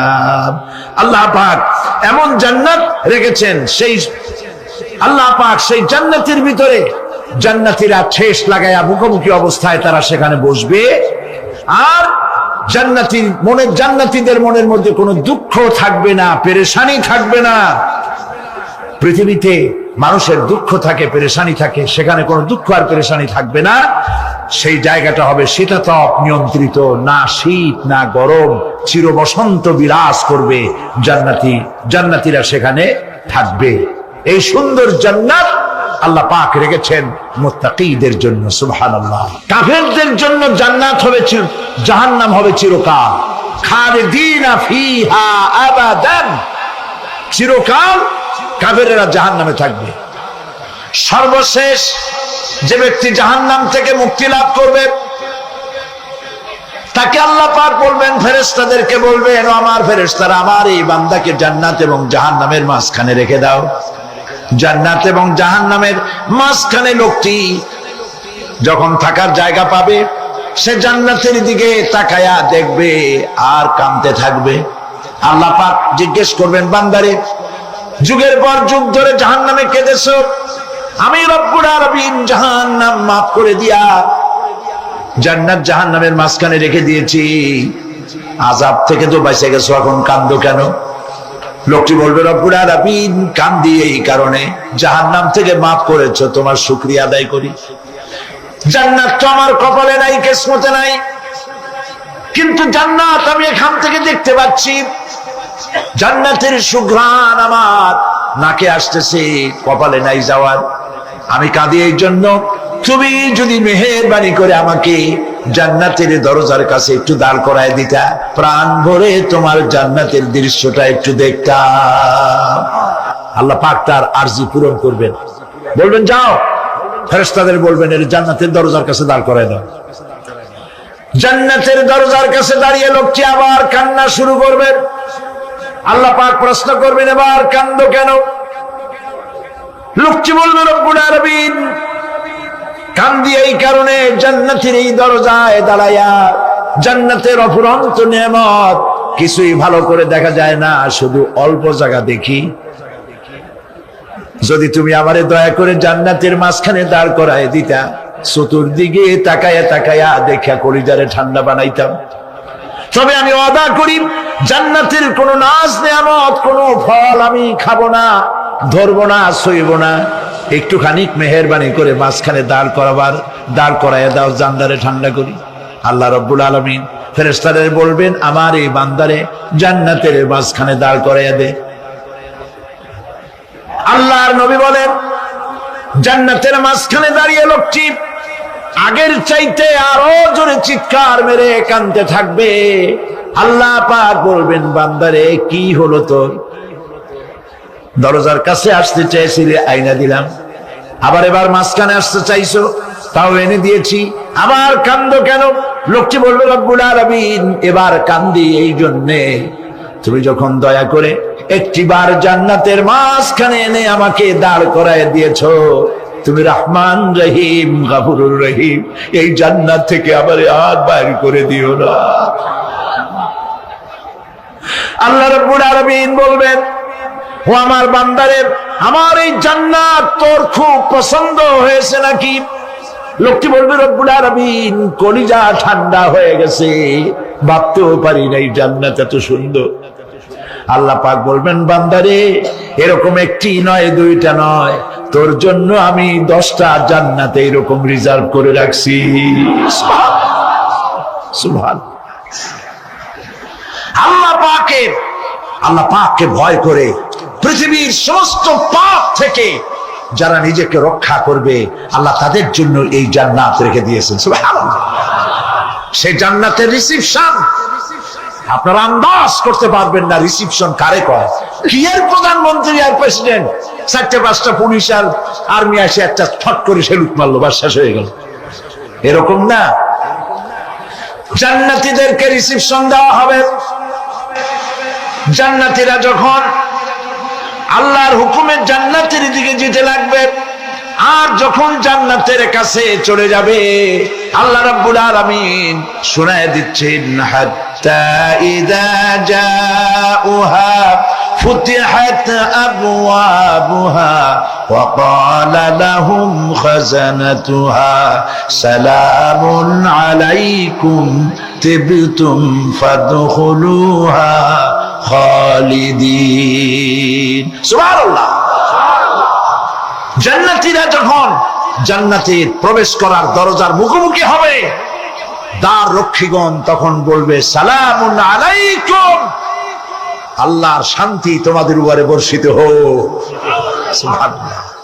দুনিয়ার টাটকা টাটকা সুখগুলি 2 পা দিয়ে ঠেলে দিয়েছো, টাটকা সুখগুলি গ্রহণ করো নাই, হারাম খাও নাই, আল্লাহ দ্বীন কায়েমের জন্য রক্ত দিয়েছো, জীবন দিয়েছো, কষ্ট করেছো, আল্লাহকে ভয় করেছো, আমাদের সালাম গ্রহণ করো, জান্নাতের মধ্যে ঢুকে যাও চিরকালের জন্য। সুবহানাল্লাহ।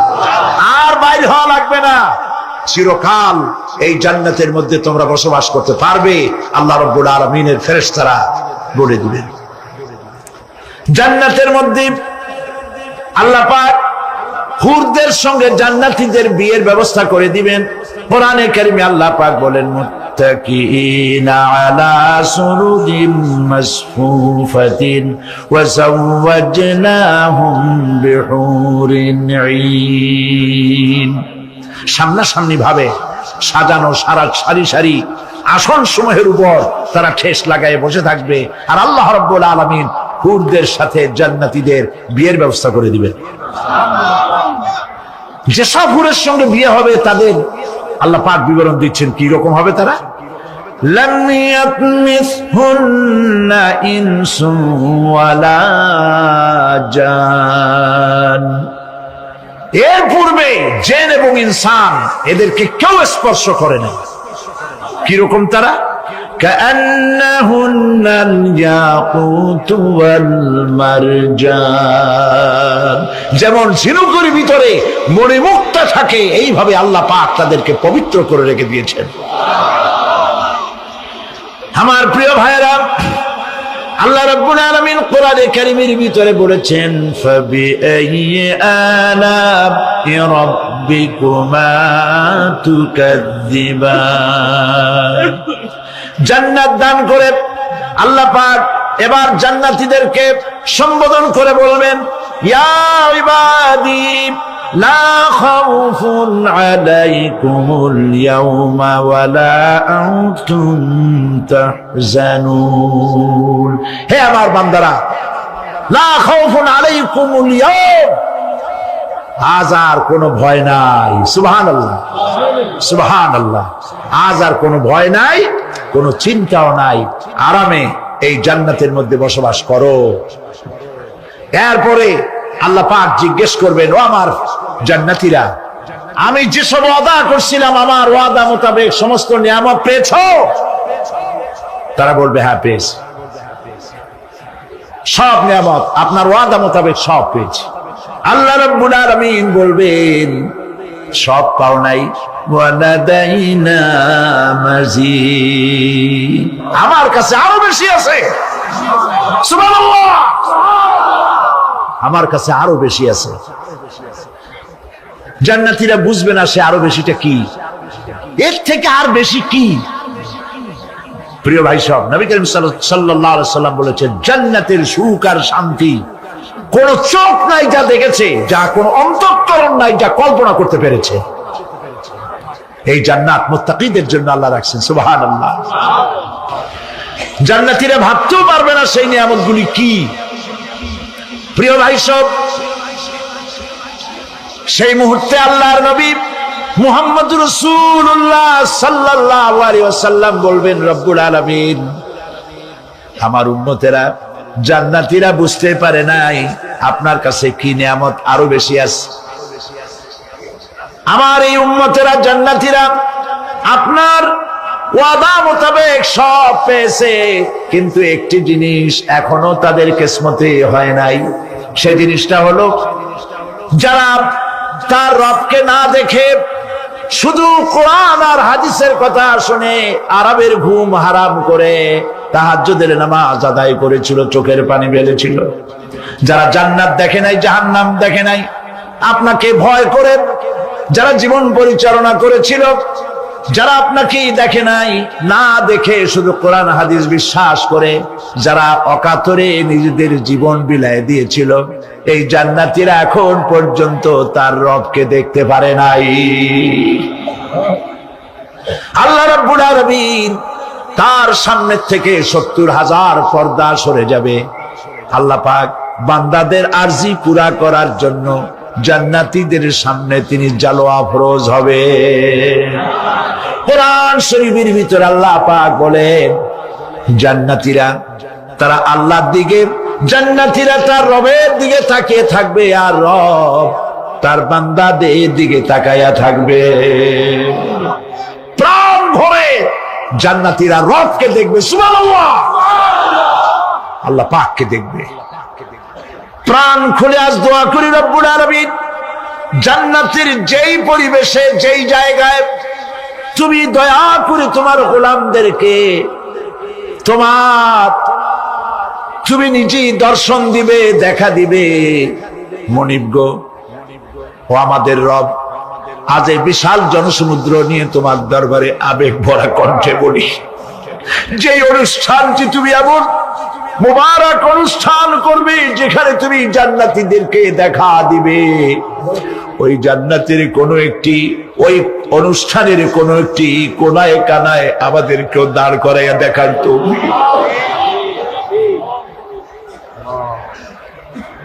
প্রিয় ভাই সব, আল্লাহ রাব্বুল আলামিন মানুষের সামনে এত সব নিয়ামত রেখেছেন, এই জান্নাত দান করবেন।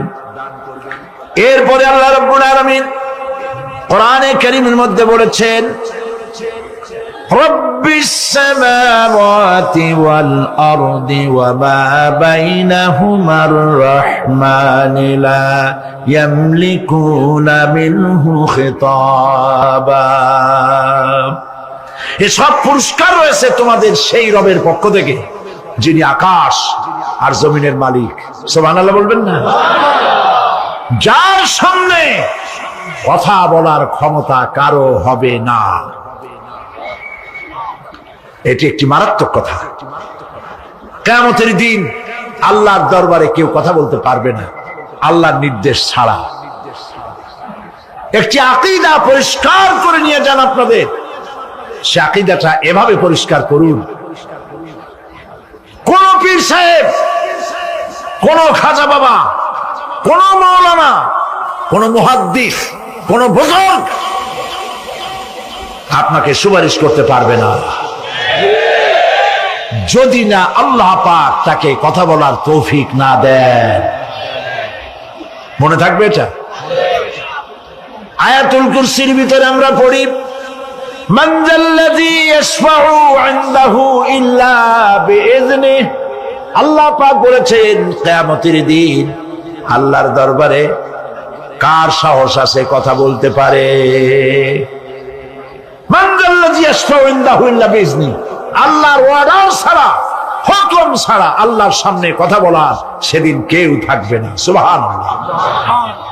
কেউ কথা বলতে পারবে না। সুপারিশ করতে হবে আল্লাহ যারে বলেন তুমি করো, অমুকের জন্য করো, সেই ব্যক্তি শুধু তার জন্যই করতে পারবে, আর কেউ কথা বলতে পারবে না। সেই কঠিন হাসরের ময়দান, যেদিন শুধুমাত্র আল্লাহ পাক কথা বলবেন, আর যারে বলতে বলবেন সেই কেবলমাত্র বলতে পারবে। সুপারিশ এটি আল্লাহ পাক কিয়ামতে পারমিশন দিলে বলা যাবে। হযরত ইব্রাহিম আলাইহিস সালাম কিয়ামতের দিন তার নিজের পিতা সম্পর্কে সুপারিশ করবেন। রব্বুল আলামিন, আমার আব্বার জন্য সুপারিশ করতেছি, মেহেরবানি করে জাহান্নাম থেকে তারে আপনি রক্ষা করুন। আল্লাহ রব্বুল আলামিন বলবেন, ইব্রাহিম তোমার সুপারিশ মঞ্জুর হবে না। প্রিয় ভাই সব, একটু মাথা খাটান, চিন্তা করেন। জাতির পিতা কে? জাতির পিতা চিল্লায় বলুন, কলিজা সাফ করে ফেলুন। মুসলমানদের জাতির পিতা হাবিজ হাবি কেউ হতে পারে না।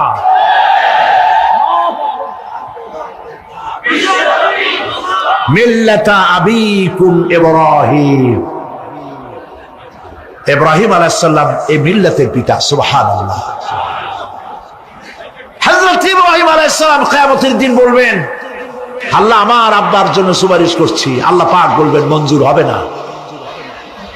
আসর তোমার পিতা হতে পারে, কিন্তু আমার খলিলকে আগুনে ফেলার জন্য নমরুদকে সে সহযোগিতা করেছে, আমি তোমার পিতাকে ক্ষমা করব না। নবী করিম সাল্লাল্লাহু আলাইহি সাল্লামকে সাহাবায়ে কেরাম জিজ্ঞেস করেছেন, হে রাসূল, আপনার আব্বা এবং আম্মার অবস্থা কি হবে? নবী করিম সাল্লাল্লাহু আলাইহি সাল্লাম কেঁদে ফেলেছেন, সব করেছেন, আমি তাদের কোনো উপকারে আসব না। আল্লাহু আকবার। আপনি মনে করছেন নাকি যে ইয়া নবী সালাম আলাইকা বলি অমনি নবী সুপারিশ পাবেন? এত সহজ। কতগুলা রসগোল্লা খাইলেন আর বড় একটা মিছিল করলেন আর অমনি চলে যাবেন? পৃথিবীর সব মানুষ, সাহাবায়ে কেরাম বাদ দেন, পৃথিবীর সমস্ত মানুষ একত্রিত হয়ে আবু তালেব রাসূলুল্লাহকে যে ভালোবেসেছেন, ওর 1000 ভাগের 1 ভাগও সারা দুনিয়ার মানুষ রাসূলুল্লাহকেই ভালোবাসতে পারবে? পারবে? নিজের ছেলে আলীকে, আলী রাদিয়াল্লাহু তাআলা আনহুকে আলাদা বিছানায় শোয়াইয়া, ছোট্ট মানুষ হযরত আলী আলাদা জায়গায় রাখিয়া মুহাম্মদুর রাসূলুল্লাহ সাল্লাল্লাহু আলাইহি ওয়াসাল্লাম এতিম মানুষ তারে কলিজার সাথে বুকের মধ্যে আশ্রয় দিয়ে আগলে রেখেছেন বুক ভরে। সেই আবু তালেব মৃত্যুর সময় নবী করিম সাল্লাল্লাহু আলাইহি ওয়াসাল্লাম বলেছিলেন, চাচা একটি বার আমার কানে তাওহীদের কালেমা শোনায় দেন। আবু তালেব, তার কিসমতে ছিল না কালেমা। মরে যাওয়ার পর একজন সাহাবী বলেছিলেন, ইয়া রাসূলুল্লাহ, মৃত্যুর সময় আবু তালেবের মুখ আমি নড়তে দেখেছি, তিনি কালেমা পড়েছেন সম্ভবত। রাসূলুল্লাহ সাফ বলেছেন, আমি শুনি নাই। এত ভালোবাসার পরেও হাদিস শরীফে এসেছে আবু তালেব জাহান্নামে যাবে। কোথায় যাবে? জাহান্নামে। সবচাইতে কম আযাব হবে কার? আবু তালেবের। কম আযাবটা কি? হাদিস শরীফে এসেছে কম আযাব হলো জাহান্নামের আগুন দিয়ে এক জোড়া জুতা তৈরি করে আবু তালেবের পায়ে পরিয়ে দেওয়া হবে। সেই জাহান্নামের আগুনের তৈরি করা জুতার তাপে আবু তালেবের মাথার ঘিলুগুলো টকবক করে বউ পড়তে লাগবে। এত ভালোবেসে যদি কিয়ামতে উপায় না হয়, আপনি ইয়া নবী সালাম আলাইকা, ইয়া রাসূল সালাম আলাইকা, আর কতগুলো জিলাপি খাইলেন, বড় একটা মিছিল করলেন। প্রিয় ভাই সব, এইসব বেদাত ছাড়ুন, এগুলি সুস্পষ্ট বিদআত। রাসূলুল্লাহকে ভালোবাসবেন, সাহাবীরা যেভাবে ভালোবেসেছেন ওইভাবে ভালোবাসবেন। আল্লাহ রাব্বুল আলামিন বলেন, যালিকাল ইয়াউমুল হক ফামান শাআ আত্তাখাযা ইলা রাব্বিহি মাআবা। এই দিনটি অবশ্যই আসবে, সেদিনটি নিশ্চিতভাবে আসবে। আর এখন যার ইচ্ছা সে তার রবের দিকে অগ্রসর হোক। ইন্না আনজারনাকুম আযাবান করিবান ইয়াওমা ইয়ানজুরুল মার'উ মা কদ্দামাত ইয়াদাহু ওয়া ইয়াকুলুল কাফিরু ইয়া লাইতানি কুনতু তুরাবা। ইন্না আনজারনাকুম আযাবান করিবা, খুব নিকটবর্তী একটি আযাব সম্পর্কে আমি তোমাদেরকে সতর্ক করে দিলাম। কে বলতেছে? আল্লাহ পাক। লক্ষ্য করুন আল্লাহ কি বলছেন, খুব নিকটবর্তী একটি কঠিন শাস্তি, আযাব অর্থাৎ কিয়ামত, এ সম্পর্কে আমি তোমাদেরকে সতর্ক করে দিলাম। ইয়াউমা ইয়ানজুরুল মার'উ মা কদ্দামাত ইয়াদা, সেদিন প্রত্যেকটি লোক যা সে পাঠিয়ে দিয়েছিল এখানে, অর্থাৎ যা করেছিল সেগুলি সে দেখতে পাবে। আর তখন ওয়ায়াকুলুল কাফিরু ইয়া লাইতানি কুনতু তুরাবা। সেই কিয়ামতের ময়দানে অবস্থা দেখে কাফেররা বলবে, আহারে মানুষ না হইয়া যদি মাটি হইয়া যেতাম, যদি মাটি হতাম, যদি মানুষ না হয়ে না জন্মতাম, আজ এই হাসরের ময়দানে এইখানে এই বিচারের মুখোমুখি হতাম না, মাটি হইলে বরং অনেক ভালো হতো। এই পৃথিবীতে আমরা এসেছি, চলে যাব, যাওয়ার আগে এই কোরআন একটি বিশাল জনগোষ্ঠী এমন বানাতে চেয়েছে যে জনগোষ্ঠী এই কোরআন দিয়ে একটি বিশাল সমাজ গড়বে, রাষ্ট্র গড়বে, এমন রাষ্ট্র গড়বে যেই রাষ্ট্রে দুঃখ থাকবে না, অশান্তি থাকবে না, যেখানে সুখ থাকবে, সমৃদ্ধি থাকবে, আর কিয়ামতের দিন আল্লাহর জান্নাতে তারা চলে যাবে। তেমন একটি সমাজ কি আমরা চাই? সবাই বলেন সেরকম একটি সমাজকে আমরা চাই। প্রিয় ভাই, সব কিয়ামতের দিন আমরা যেতে চাই জান্নাতে। কোথায় যেতে চাই বলেন? জোরে বলেন। এই জান্নাতে যাওয়ার জন্য দুইটা কাজ করতে হবে। কয়টা কাজ? আল্লাহ রাব্বুল আলামিন বলেন, ফামান কানা ইয়ারজু লিকাআ রাব্বিহি ফালইয়ামাল আমালান সালিহান ওয়া লা ইউশরিক বিইবাদাতি রাব্বিহি আহাদা। আল্লাহ পাক বলেন, যে বাজারা আমার সঙ্গে দেখা করতে চায় কিয়ামতে, দুইটা কাজ করা লাগবে। বলেন কয়টা কাজ? একটা হলো নেক আমল। কি আমল বলেন? নেক আমল। নেক আমল কারে বলে? নেক আমল করতে হলে আবার দুইটা শর্ত লাগে। এক নম্বরে কাজটা করতে হবে আল্লাহরে খুশি করার জন্য। কারে খুশি করার জন্য? একটা মাদ্রাসা বানাইছি যাতে লোকেরা বলে যে বড় একটা মাদ্রাসা বানাইছে, এই জন্য মাদ্রাসা বানাবেন,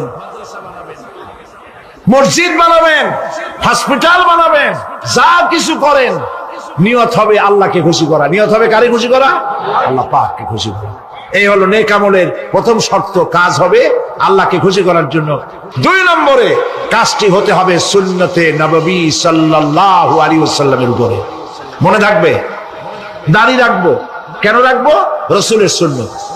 রাখবো কারে খুশি করার জন্য? আল্লাহকে খুশি করার জন্য। রাখবো কার মতো?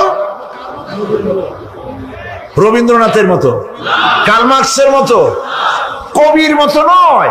রাখতে হবে কার মতো? নবীর মতো। বুঝে নেন, কাজটা হতে হবে আল্লাহকে খুশি করার জন্য। দুই নম্বরে কাজটা হতে হবে সুন্নতে নববী সাল্লাল্লাহু আলাইহি ওয়াসাল্লামের উপরে হতে হবে। তাহলে এই হলো এক নম্বর। জান্নাতে যাওয়ার জন্য, আল্লাহর সাথে দেখা করার জন্য এক নম্বরের কাজ হলো নেক আমল। বলেন এক নম্বরের কাজ কি?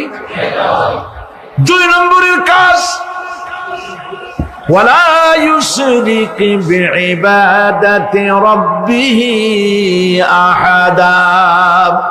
আল্লাহ রাব্বুল আলামিনের ইবাদতের সাথে কাউকে শরীক স্থাপন করা যাবে না। আমরা যারা মুসলমান, অধিকাংশ মুসলমান শিরকের ভিতরে মুবতালা হয়ে আছে। বিশ্বাস করেন কিনা বলেন? কাফেরেরা তো মুশরিক আছেই, ওরা তো মুশরিক আছেই, কিন্তু আমরা মুসলমানেরা আমাদের আমলের মধ্যে, আমাদের অজান্তে সবের নিয়তে অনেক শিরক আমরা করে বসি। নাউজুবিল্লাহ। বলেন নাউজুবিল্লাহ। এই জন্য আমি বারবার সতর্ক করি, নিজেকেও করি, আপনাদেরকেও করি। এই কারণে করি, শিরকের গুনাহ আল্লাহ মাফ করবেন না। ইন্না শিরকা লাযুলমুন আযীম। শিরক মস্ত বড় অপরাধ, জুলম, আল্লাহ মাফ করবেন না। আল্লাহর কাছে কান্দে কান্দে মাফ চাওয়া লাগবে যে আল্লাহ শিরক থেকে আমাকে রক্ষা করো, বাঁচাও। অনেক গোপন শিরক আছে। মাজারে যান, পীর সাহেবের কাছে যান, মনে যদি নিয়ত থাকে উনি ফু দিলে আমি ভালো হবই, উনি তাবিজ দিলে আমার বাচ্চা হবেই, উনি আমারে দয়া করলেই আমার ব্যবসায় উন্নতি হবেই, এইটার নাম শিরক। এটার নাম কি? ওয়াইজা সাআলতা ফাসআলিল্লাহ ওয়াইজা ইসতাআনতা ফাসতাইন বিল্লাহ। যা বলার আল্লাহরে বলো, আর যা চাওয়ার কার কাছে চাও? চিল্লায় বলেন। কলিজাটাকে পরিষ্কার করে যান আজকের মাহফিলে। এই কলিজায় কারো প্রতি কোনো ভয় রাখবো না আল্লাহ ছাড়া। ভয় করবো কারে বলেন? মহব্বত আল্লাহ ছাড়া, এত বেশি মহব্বত আর কাউকে করবো না। আল্লাহ তাআলা আমাদের কলিজায় তোমার ভয় এবং মহব্বত দিয়ে ভরে দাও। রাসূলের মহব্বত দিয়ে আমাদের দিলকে ভরে দাও।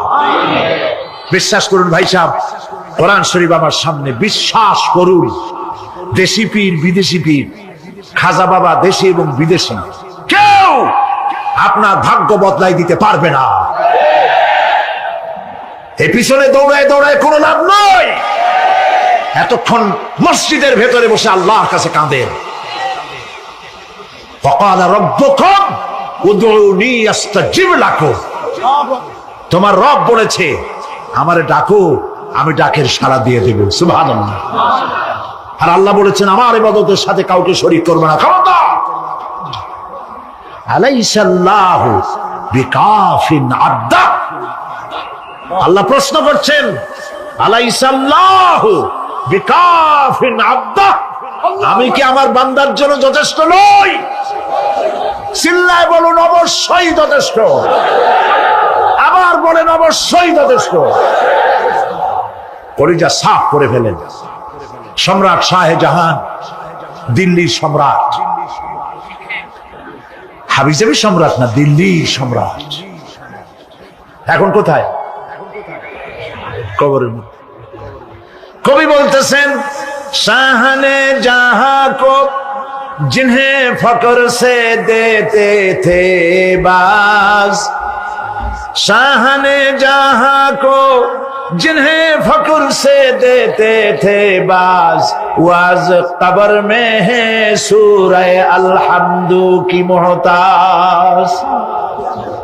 সারা ভারতবর্ষ যারা ট্যাক্স দিয়ে নিজেকে সৌভাগ্যবান বলে মনে করত, সে আজ কবরের মধ্যে ভিক্ষুকের মতো সূরা আলহামদুর মতো একটি সূরার মুহতাজ হয়ে ভিক্ষুকের মতো শুয়ে আছে। সম্রাট শাহজাহান মসজিদে বসে আছে, এক ফকির ঘুরতেছে। লোকেরা কয় ছোটবেলা থেকেই তোমার খয়রাত করতে দেখলাম, ভিক্ষা কি জীবনেও যাবে না তোমার? লোকটি বলছে, আমি ভিক্ষা করবো ছাড়া আমার উপায়টা কি?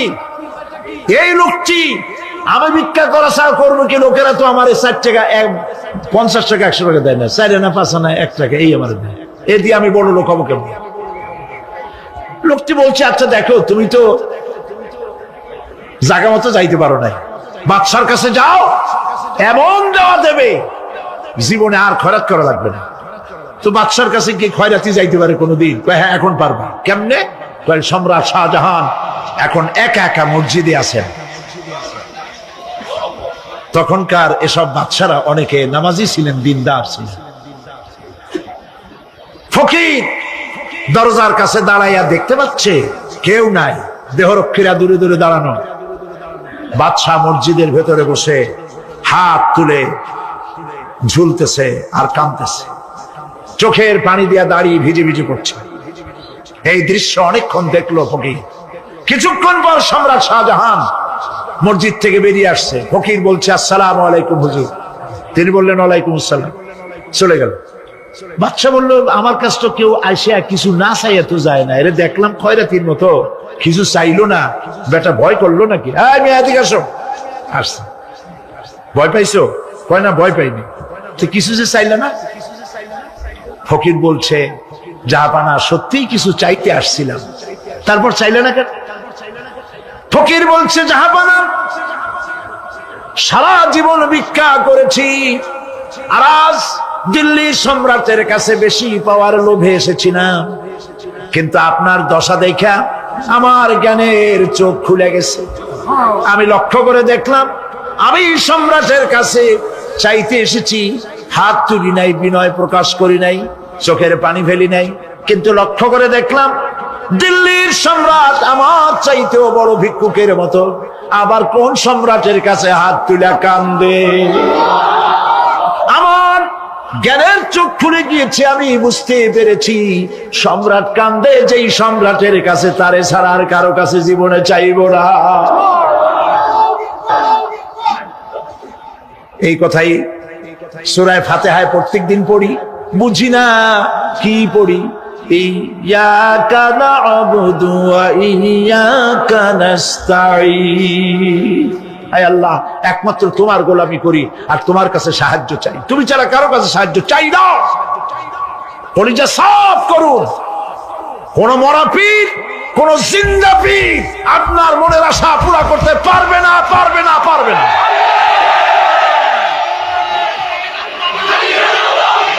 আর আজ থেকে কোন মাজারে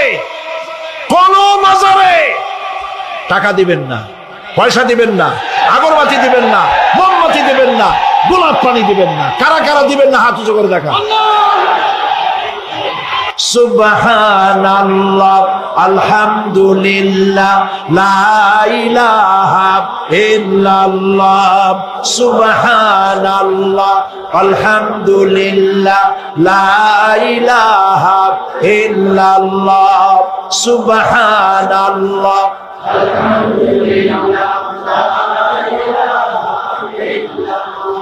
লা ইলাহা ইল্লাল্লাহ, মুহাম্মাদুর রাসূলুল্লাহ। আল্লাহুম্মা আমিন।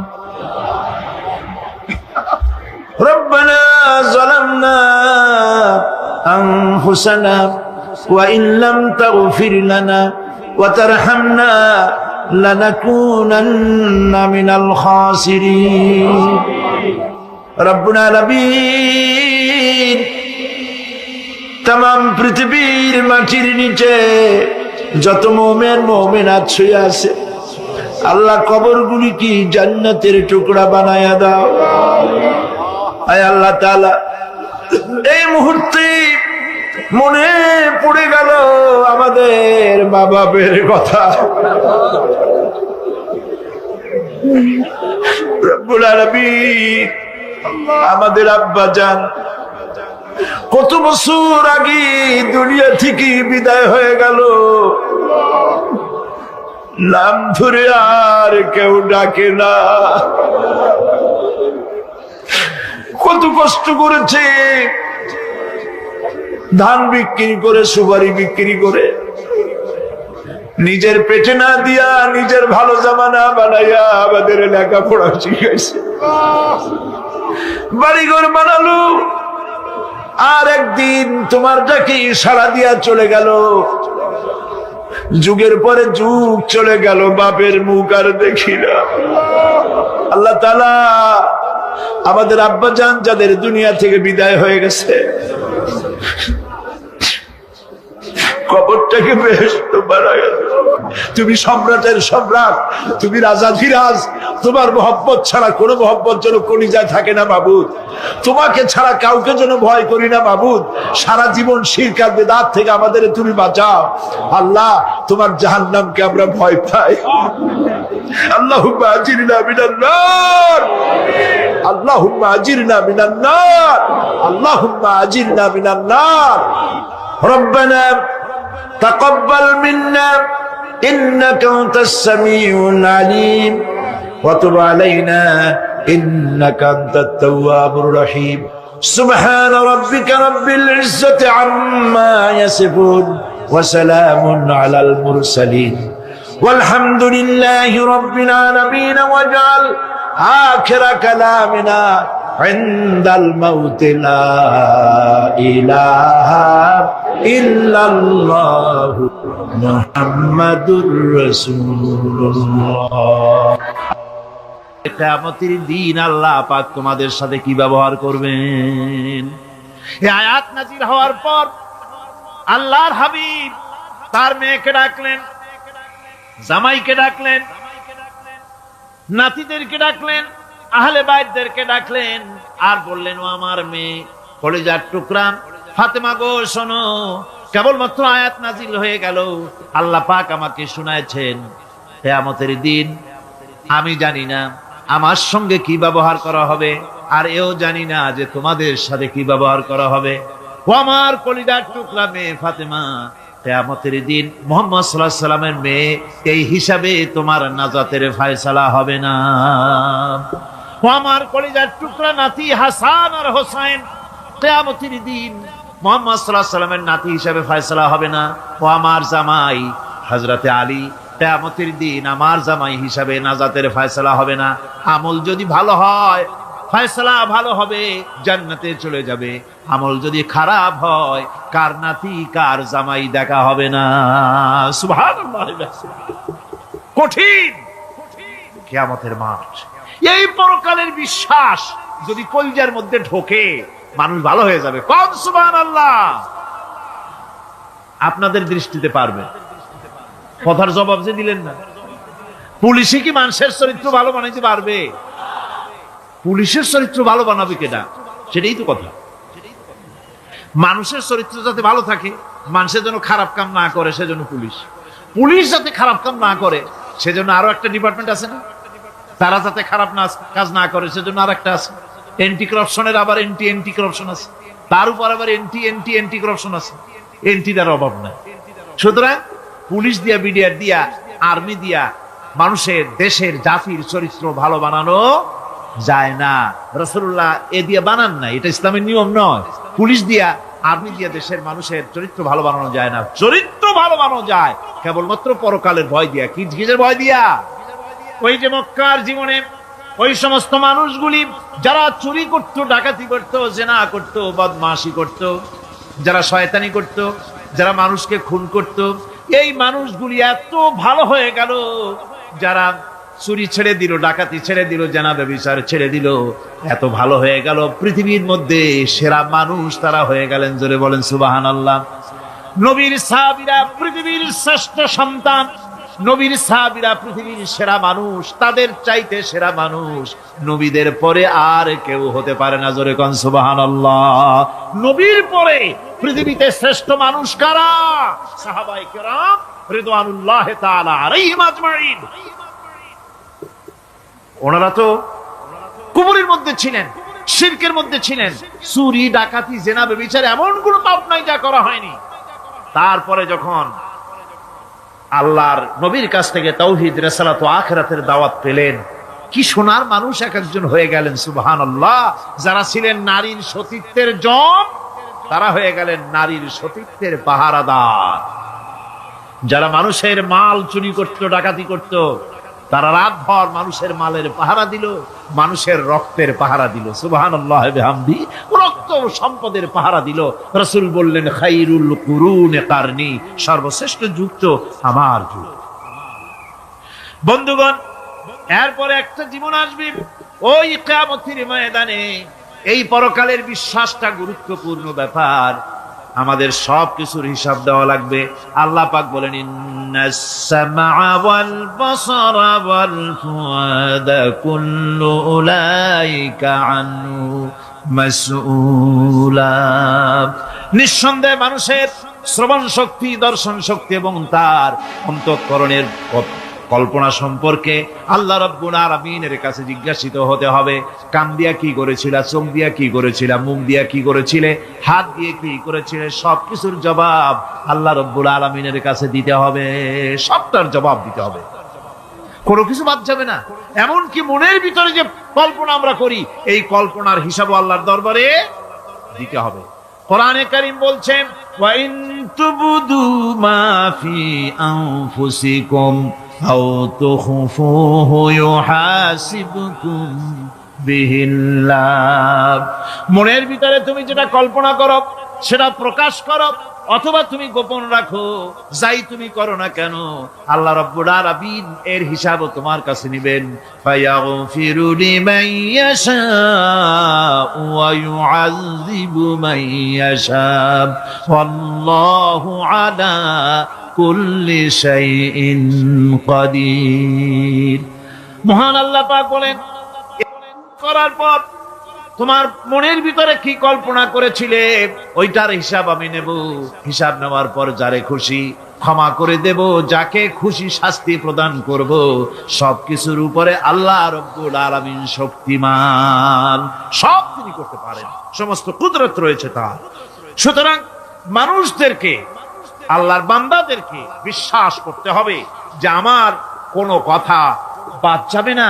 কথাগুলি রেকর্ড হচ্ছে, কথা রেকর্ড হচ্ছে। আমি যে ওয়াজ করতেছি, এই কথাগুলি রেকর্ড হচ্ছে নাকি হচ্ছে না? অনেক টেপ রেকর্ডার রেকর্ড হচ্ছে, অডিও ভিডিও হচ্ছে। আজ থেকে 50 বছর পর যদি এই রেকর্ড বাজানো হয়, আমাকে যদি বলা হয় যে আপনি অমুক জায়গায় অমুক কথা বলেছেন, আমি যদি বলি না আমি কথা বলি নাই, তারপরে যদি রেকর্ড বাজানো হয়,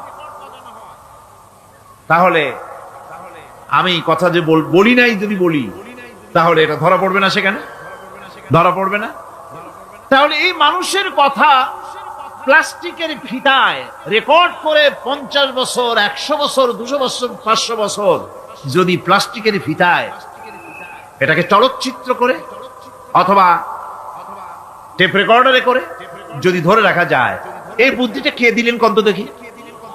সবাই কন্যা এই বুদ্ধিটা দিলেন কে? যে আল্লাহ রাব্বুল আলামিন মানুষের মাথায় বুদ্ধি দিলেন, যার দ্বারা সে মানুষের কথাবার্তা অ্যাক্টিভিটি সব ধরে রাখতে পারে। সেই আল্লাহ রাব্বুল আলামিন বুঝি আপনার আমার কথা এবং আপনার আমার অ্যাক্টিভিটিস কে তিনি বুঝি ধরে রাখতে পারবেন না কিয়ামত পর্যন্ত? পারবেন কিনা? সেজন্য রব্বুল আলামিন বলেন, মা ইয়ালফিযু মিন কাওলিন ইল্লা লাদাইহি রাকীবুন আতীদ। সমস্ত কথা রেকর্ড হচ্ছে। সুবহানাল্লাহ কোন জোরে! সমস্ত কথা রেকর্ড হচ্ছে, একটা কথাও বাদ যাবে না। মুখ আছে বলেই কথা বলবেন তা না, হিসাব করে কথা বলতে হবে। গীবত গাওয়া যাবে না, মিথ্যা কথা বলা যাবে না, মিথ্যা ওয়াদা করা যাবে না। মিথ্যা ওয়াদার তো মৌসুম এসে গেছে। কি কোন বোঝেন কথা? হ্যাঁ, মিথ্যা ওয়াদার মৌসুম এসে গেছে। এখন মৌসুমে বাহার, মিথ্যা বলার। কত সুন্দর সুন্দর ওয়াদা, সোনা দিয়া রাস্তা বানায় দেবো। অভুক্ত মানুষদের বলা হয় না খাইয়ে মরবেন না, কিন্তু কি খেয়ে মরবে তাও কয়। আমরা যদি যাইতে পারি তাহলে মটকির মতো রসগোল্লা বানাই, গরুর গাড়ির চাকার মতো জিলাপি বানাই, খাইতে গিয়ে হা করে চিত হয়ে থাকবে। কত রঙিন রঙিন কথা। মিথ্যা ওয়াদার সময় এসেছে। ভাইরা আমার, পরকাল যদি বিশ্বাস করে সেই ব্যক্তি কিছুতেই মুখ আছে বলেই যা খুশি বলবে না, পরনিন্দা করবে না, পরচর্চা করবে না, হাত আছে বলেই যা তা লিখবে না। ঘটনা হইল একটা, লিখলো আর একটা। কলম একটা আছে বলেই যা খুশি তা লেখা যায় না, মুখ আছে বলেই যা খুশি তা বলা যায় না, চোখ আছে বলেই যা খুশি তা দেখা যায় না। গরু খাওয়া জায়েজ করা হয়েছে বলে গরুর লেজ থেকে মাথা পর্যন্ত পাইকারি দরে সব খাওয়া যায় না। গরু খাওয়া হারাম না হালাল? হালাল। পাইকারি দরে লেজ থেকে মাথা পর্যন্ত সব খাওয়া হালাল না। ওর মধ্যে আল্লাহ কিছু হারাম রেখে দিছে, সেগুলোকে বাইসে খাইতে হবে। আল্লাহ দেখতে চান পাইকারি দরে জমের খাওয়া খাও না আমার হারাম গুলি বাদ দিয়া খাও, নিষেধ করা গুলি বাদ দিয়া খাও। মুখ আছে বলেই যা খুশি তা বলা যাবে না, কান আছে বলেই যা খুশি তা শোনা যাবে না, চোখ আছে বলেই যা খুশি তা দেখা যাবে না, হাত পা আছে বলেই যা খুশি তা করা যাবে না। সবটার পেছনে আল্লাহ রাব্বুল আলামিনকে ভয় করা লাগবে।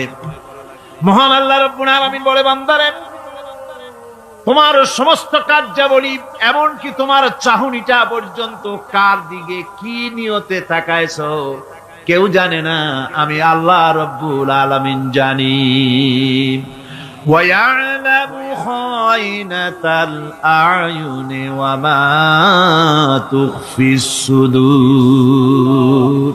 তোমার অন্তঃকরণ কি জিনিস গোপন করে আর তোমার চক্ষু কি লুকোচুরি খেলে আমি টের পাই। সুবহানাল্লাহ বিহামদি। চশমার ফাঁক দিয়া কি দেখো, কারে দেখো, কি নজরে দেখো, সানগ্লাস পরিয়া কেউ ঠিক পায় না, আমি ঠিক পাই। সুবহানাল্লাহ, জোরে কান সুবহানাল্লাহ। সুতরাং চোখের নজরের হিসাব হবে, হাতের কাজের হিসাব হবে, পায়ের চলার হিসাব হবে, আপনার বলার হিসাব হবে, মুখে যা বলেছেন, যা করেছেন, হাত পাও দিয়ে যা করেছেন সবকিছুর হিসাব হবে কিয়ামতের দিন। আল্লাহর দরবারে সবকিছু উপস্থিত হবে, কোনো জিনিস বাদ পড়বে না। فَمَن يَعْمَلْ مِثْقَالَ ذَرَّةٍ خَيْرًا يَرَهُ وَمَن يَعْمَلْ مِثْقَالَ ذَرَّةٍ شَرًّا يَرَهُ।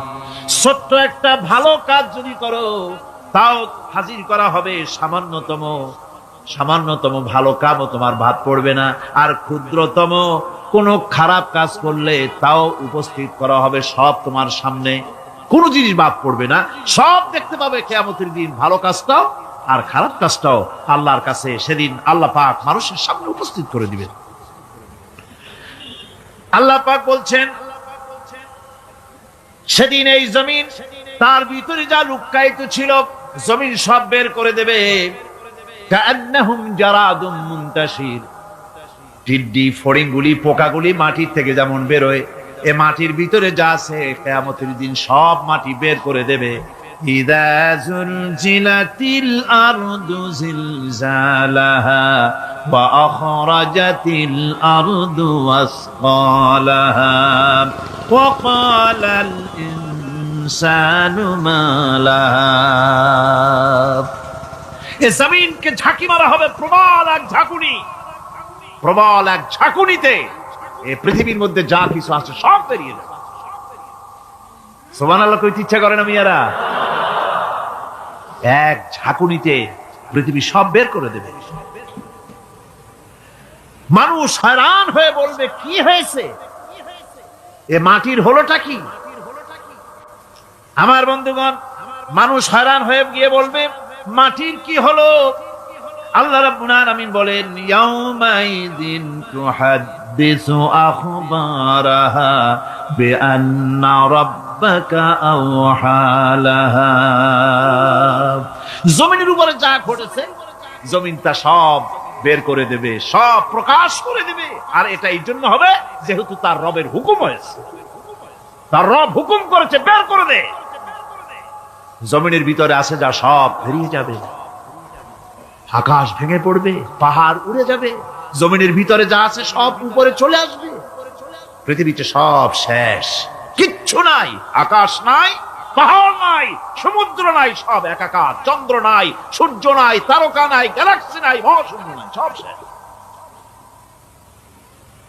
আল্লাহ রাব্বুল আলামিন সমস্ত ফেরেশতাদেরকে শেষ করে দিবেন, সকলের মওত হয়ে যাবে, কেউ আর থাকবে না। এমনকি হযরতে আজরাইল মালাকুল মউত তিনিও থাকবেন না, সব আল্লাহ রাব্বুল আলামিন মৃত্যু করে দিবেন। এরপরে আল্লাহ রাব্বুল আলামিন একা তিনি বলবেন ইয়া দুনিয়া, ইয়া দুনিয়া আইনা আনহারুকি, এ পৃথিবী তোর সেই সমুদ্রগুলি কোথায়, নদীগুলি কোথায়? ইয়া দুনিয়া আইনা আশজারুকি, হে দুনিয়া তোমার গাছগুলি কোথায়? এত বন বনানি, এত গাছ ছিল। ইয়া দুনিয়া আইনা জিবালুকি, হে পৃথিবী তোর জমিনে যত পাহাড় ছিল পাহাড়গুলি কই? যত স্বৈরাচার ছিল জমিনের উপরে, যারা স্বৈরাচারী মনোবৃত্তি নিয়ে মানুষ ধ্বংস করেছে, দেশ ধ্বংস করেছে, মায়ের বুক খালি করেছে, ওই স্বৈরাচারগুলি কই? কোনো জবাব নাই। আল্লাহ পাক এর পরে বলবেন লিমানিল মুলকুল ইয়াউম, কার রাজত্ব আজকে? রাজত্বটা কার? আল্লাহ তিনবার আওয়াজ দিবেন, আজকে রাজত্ব কার? আল্লাহ পাক যখন তিনবার করে ডাক দিবেন, কোনো জবাব নাই, কোনো জবাব নাই। কে জবাব দেবে? আল্লাহ রাব্বুল আলামিনের সামনে কার ক্ষমতা আছে কথা বলার? কেউ তো নাই, সব শেষ। আল্লাহ পাক বলবেন লিল্লাহিল ওয়াহিদুল কাহ্হার, একমাত্র পরাক্রমশালী আল্লাহ রাব্বুল আলামিনের রাজত্ব আছে। সেই হাসরের মাঠে আমাদের সকলকে উপস্থিত হয়ে যেতে হবে। কেউ আমরা এখান থেকে বাঁচতে পারবো না, সবাইকে উঠতে হবে। অপরাধীরা সেখানে অসহায় হয়ে যাবে, অপরাধীরা অসহায় হয়ে যাবে। আল্লাহ পাক বলেন ফাইযা জাআতিস সাখাতু ইয়াওমা ইয়াফিরুল মারউ মিন আখিহি ওয়া উম্মিহি ওয়া আবিহি ওয়া সাহিবাতিহি ওয়া বানিহি, অবশেষে যখন কান ফাটানো আওয়াজ আসবে, এই আওয়াজ সেদিন মানুষ নিজের মা বাপ ভাই বোন সব থেকে বিচ্ছিন্ন হয়ে যাবে, সব একের থেকে আরেকজন পালায় যাবে, হারায় যাবে, কেউ কাউকে আর খুঁজে পাবে না। সেদিন ওই কিয়ামতের মাঠে বিভীষিকাময় দৃশ্য, মানুষ হয়রান হয়ে যাবে।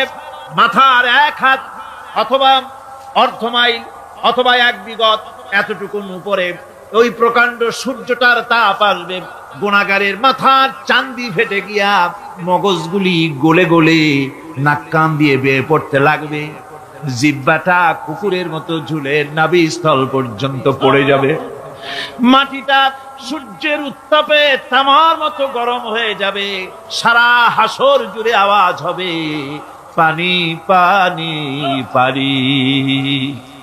মানুষেরা হয়রান হয়ে যাবে। সে হাসরের ময়দানে এই চরম কষ্টের ভিতরে আল্লাহ রাব্বুল আলামিন বলেন, সেদিন দুটো ভাগ হয়ে যাবে। একদল মানুষের চেহারা আলোয় ঝলমল হয়ে যাবে, আর একদল মানুষের চেহারাগুলি কালো হয়ে যাবে। উজুহু ইয়াওমাইযিন মুসফিরাতুন দাহিকাতুন মুস্তাবশিরা ওয়া উজুহু ইয়াওমাইযিন আলাইহা গাবারা। আল্লাহ পাক বলেন, এক শ্রেণীর মানুষের চেহারা হাস্যোজ্জ্বল ঝলমলে হয়ে যাবে, আর এক শ্রেণীর মানুষের চেহারাগুলি কালো হয়ে যাবে। তারহাকুহা কাতারা উলাইকা হুমুল কাফারাতুল ফাজারা।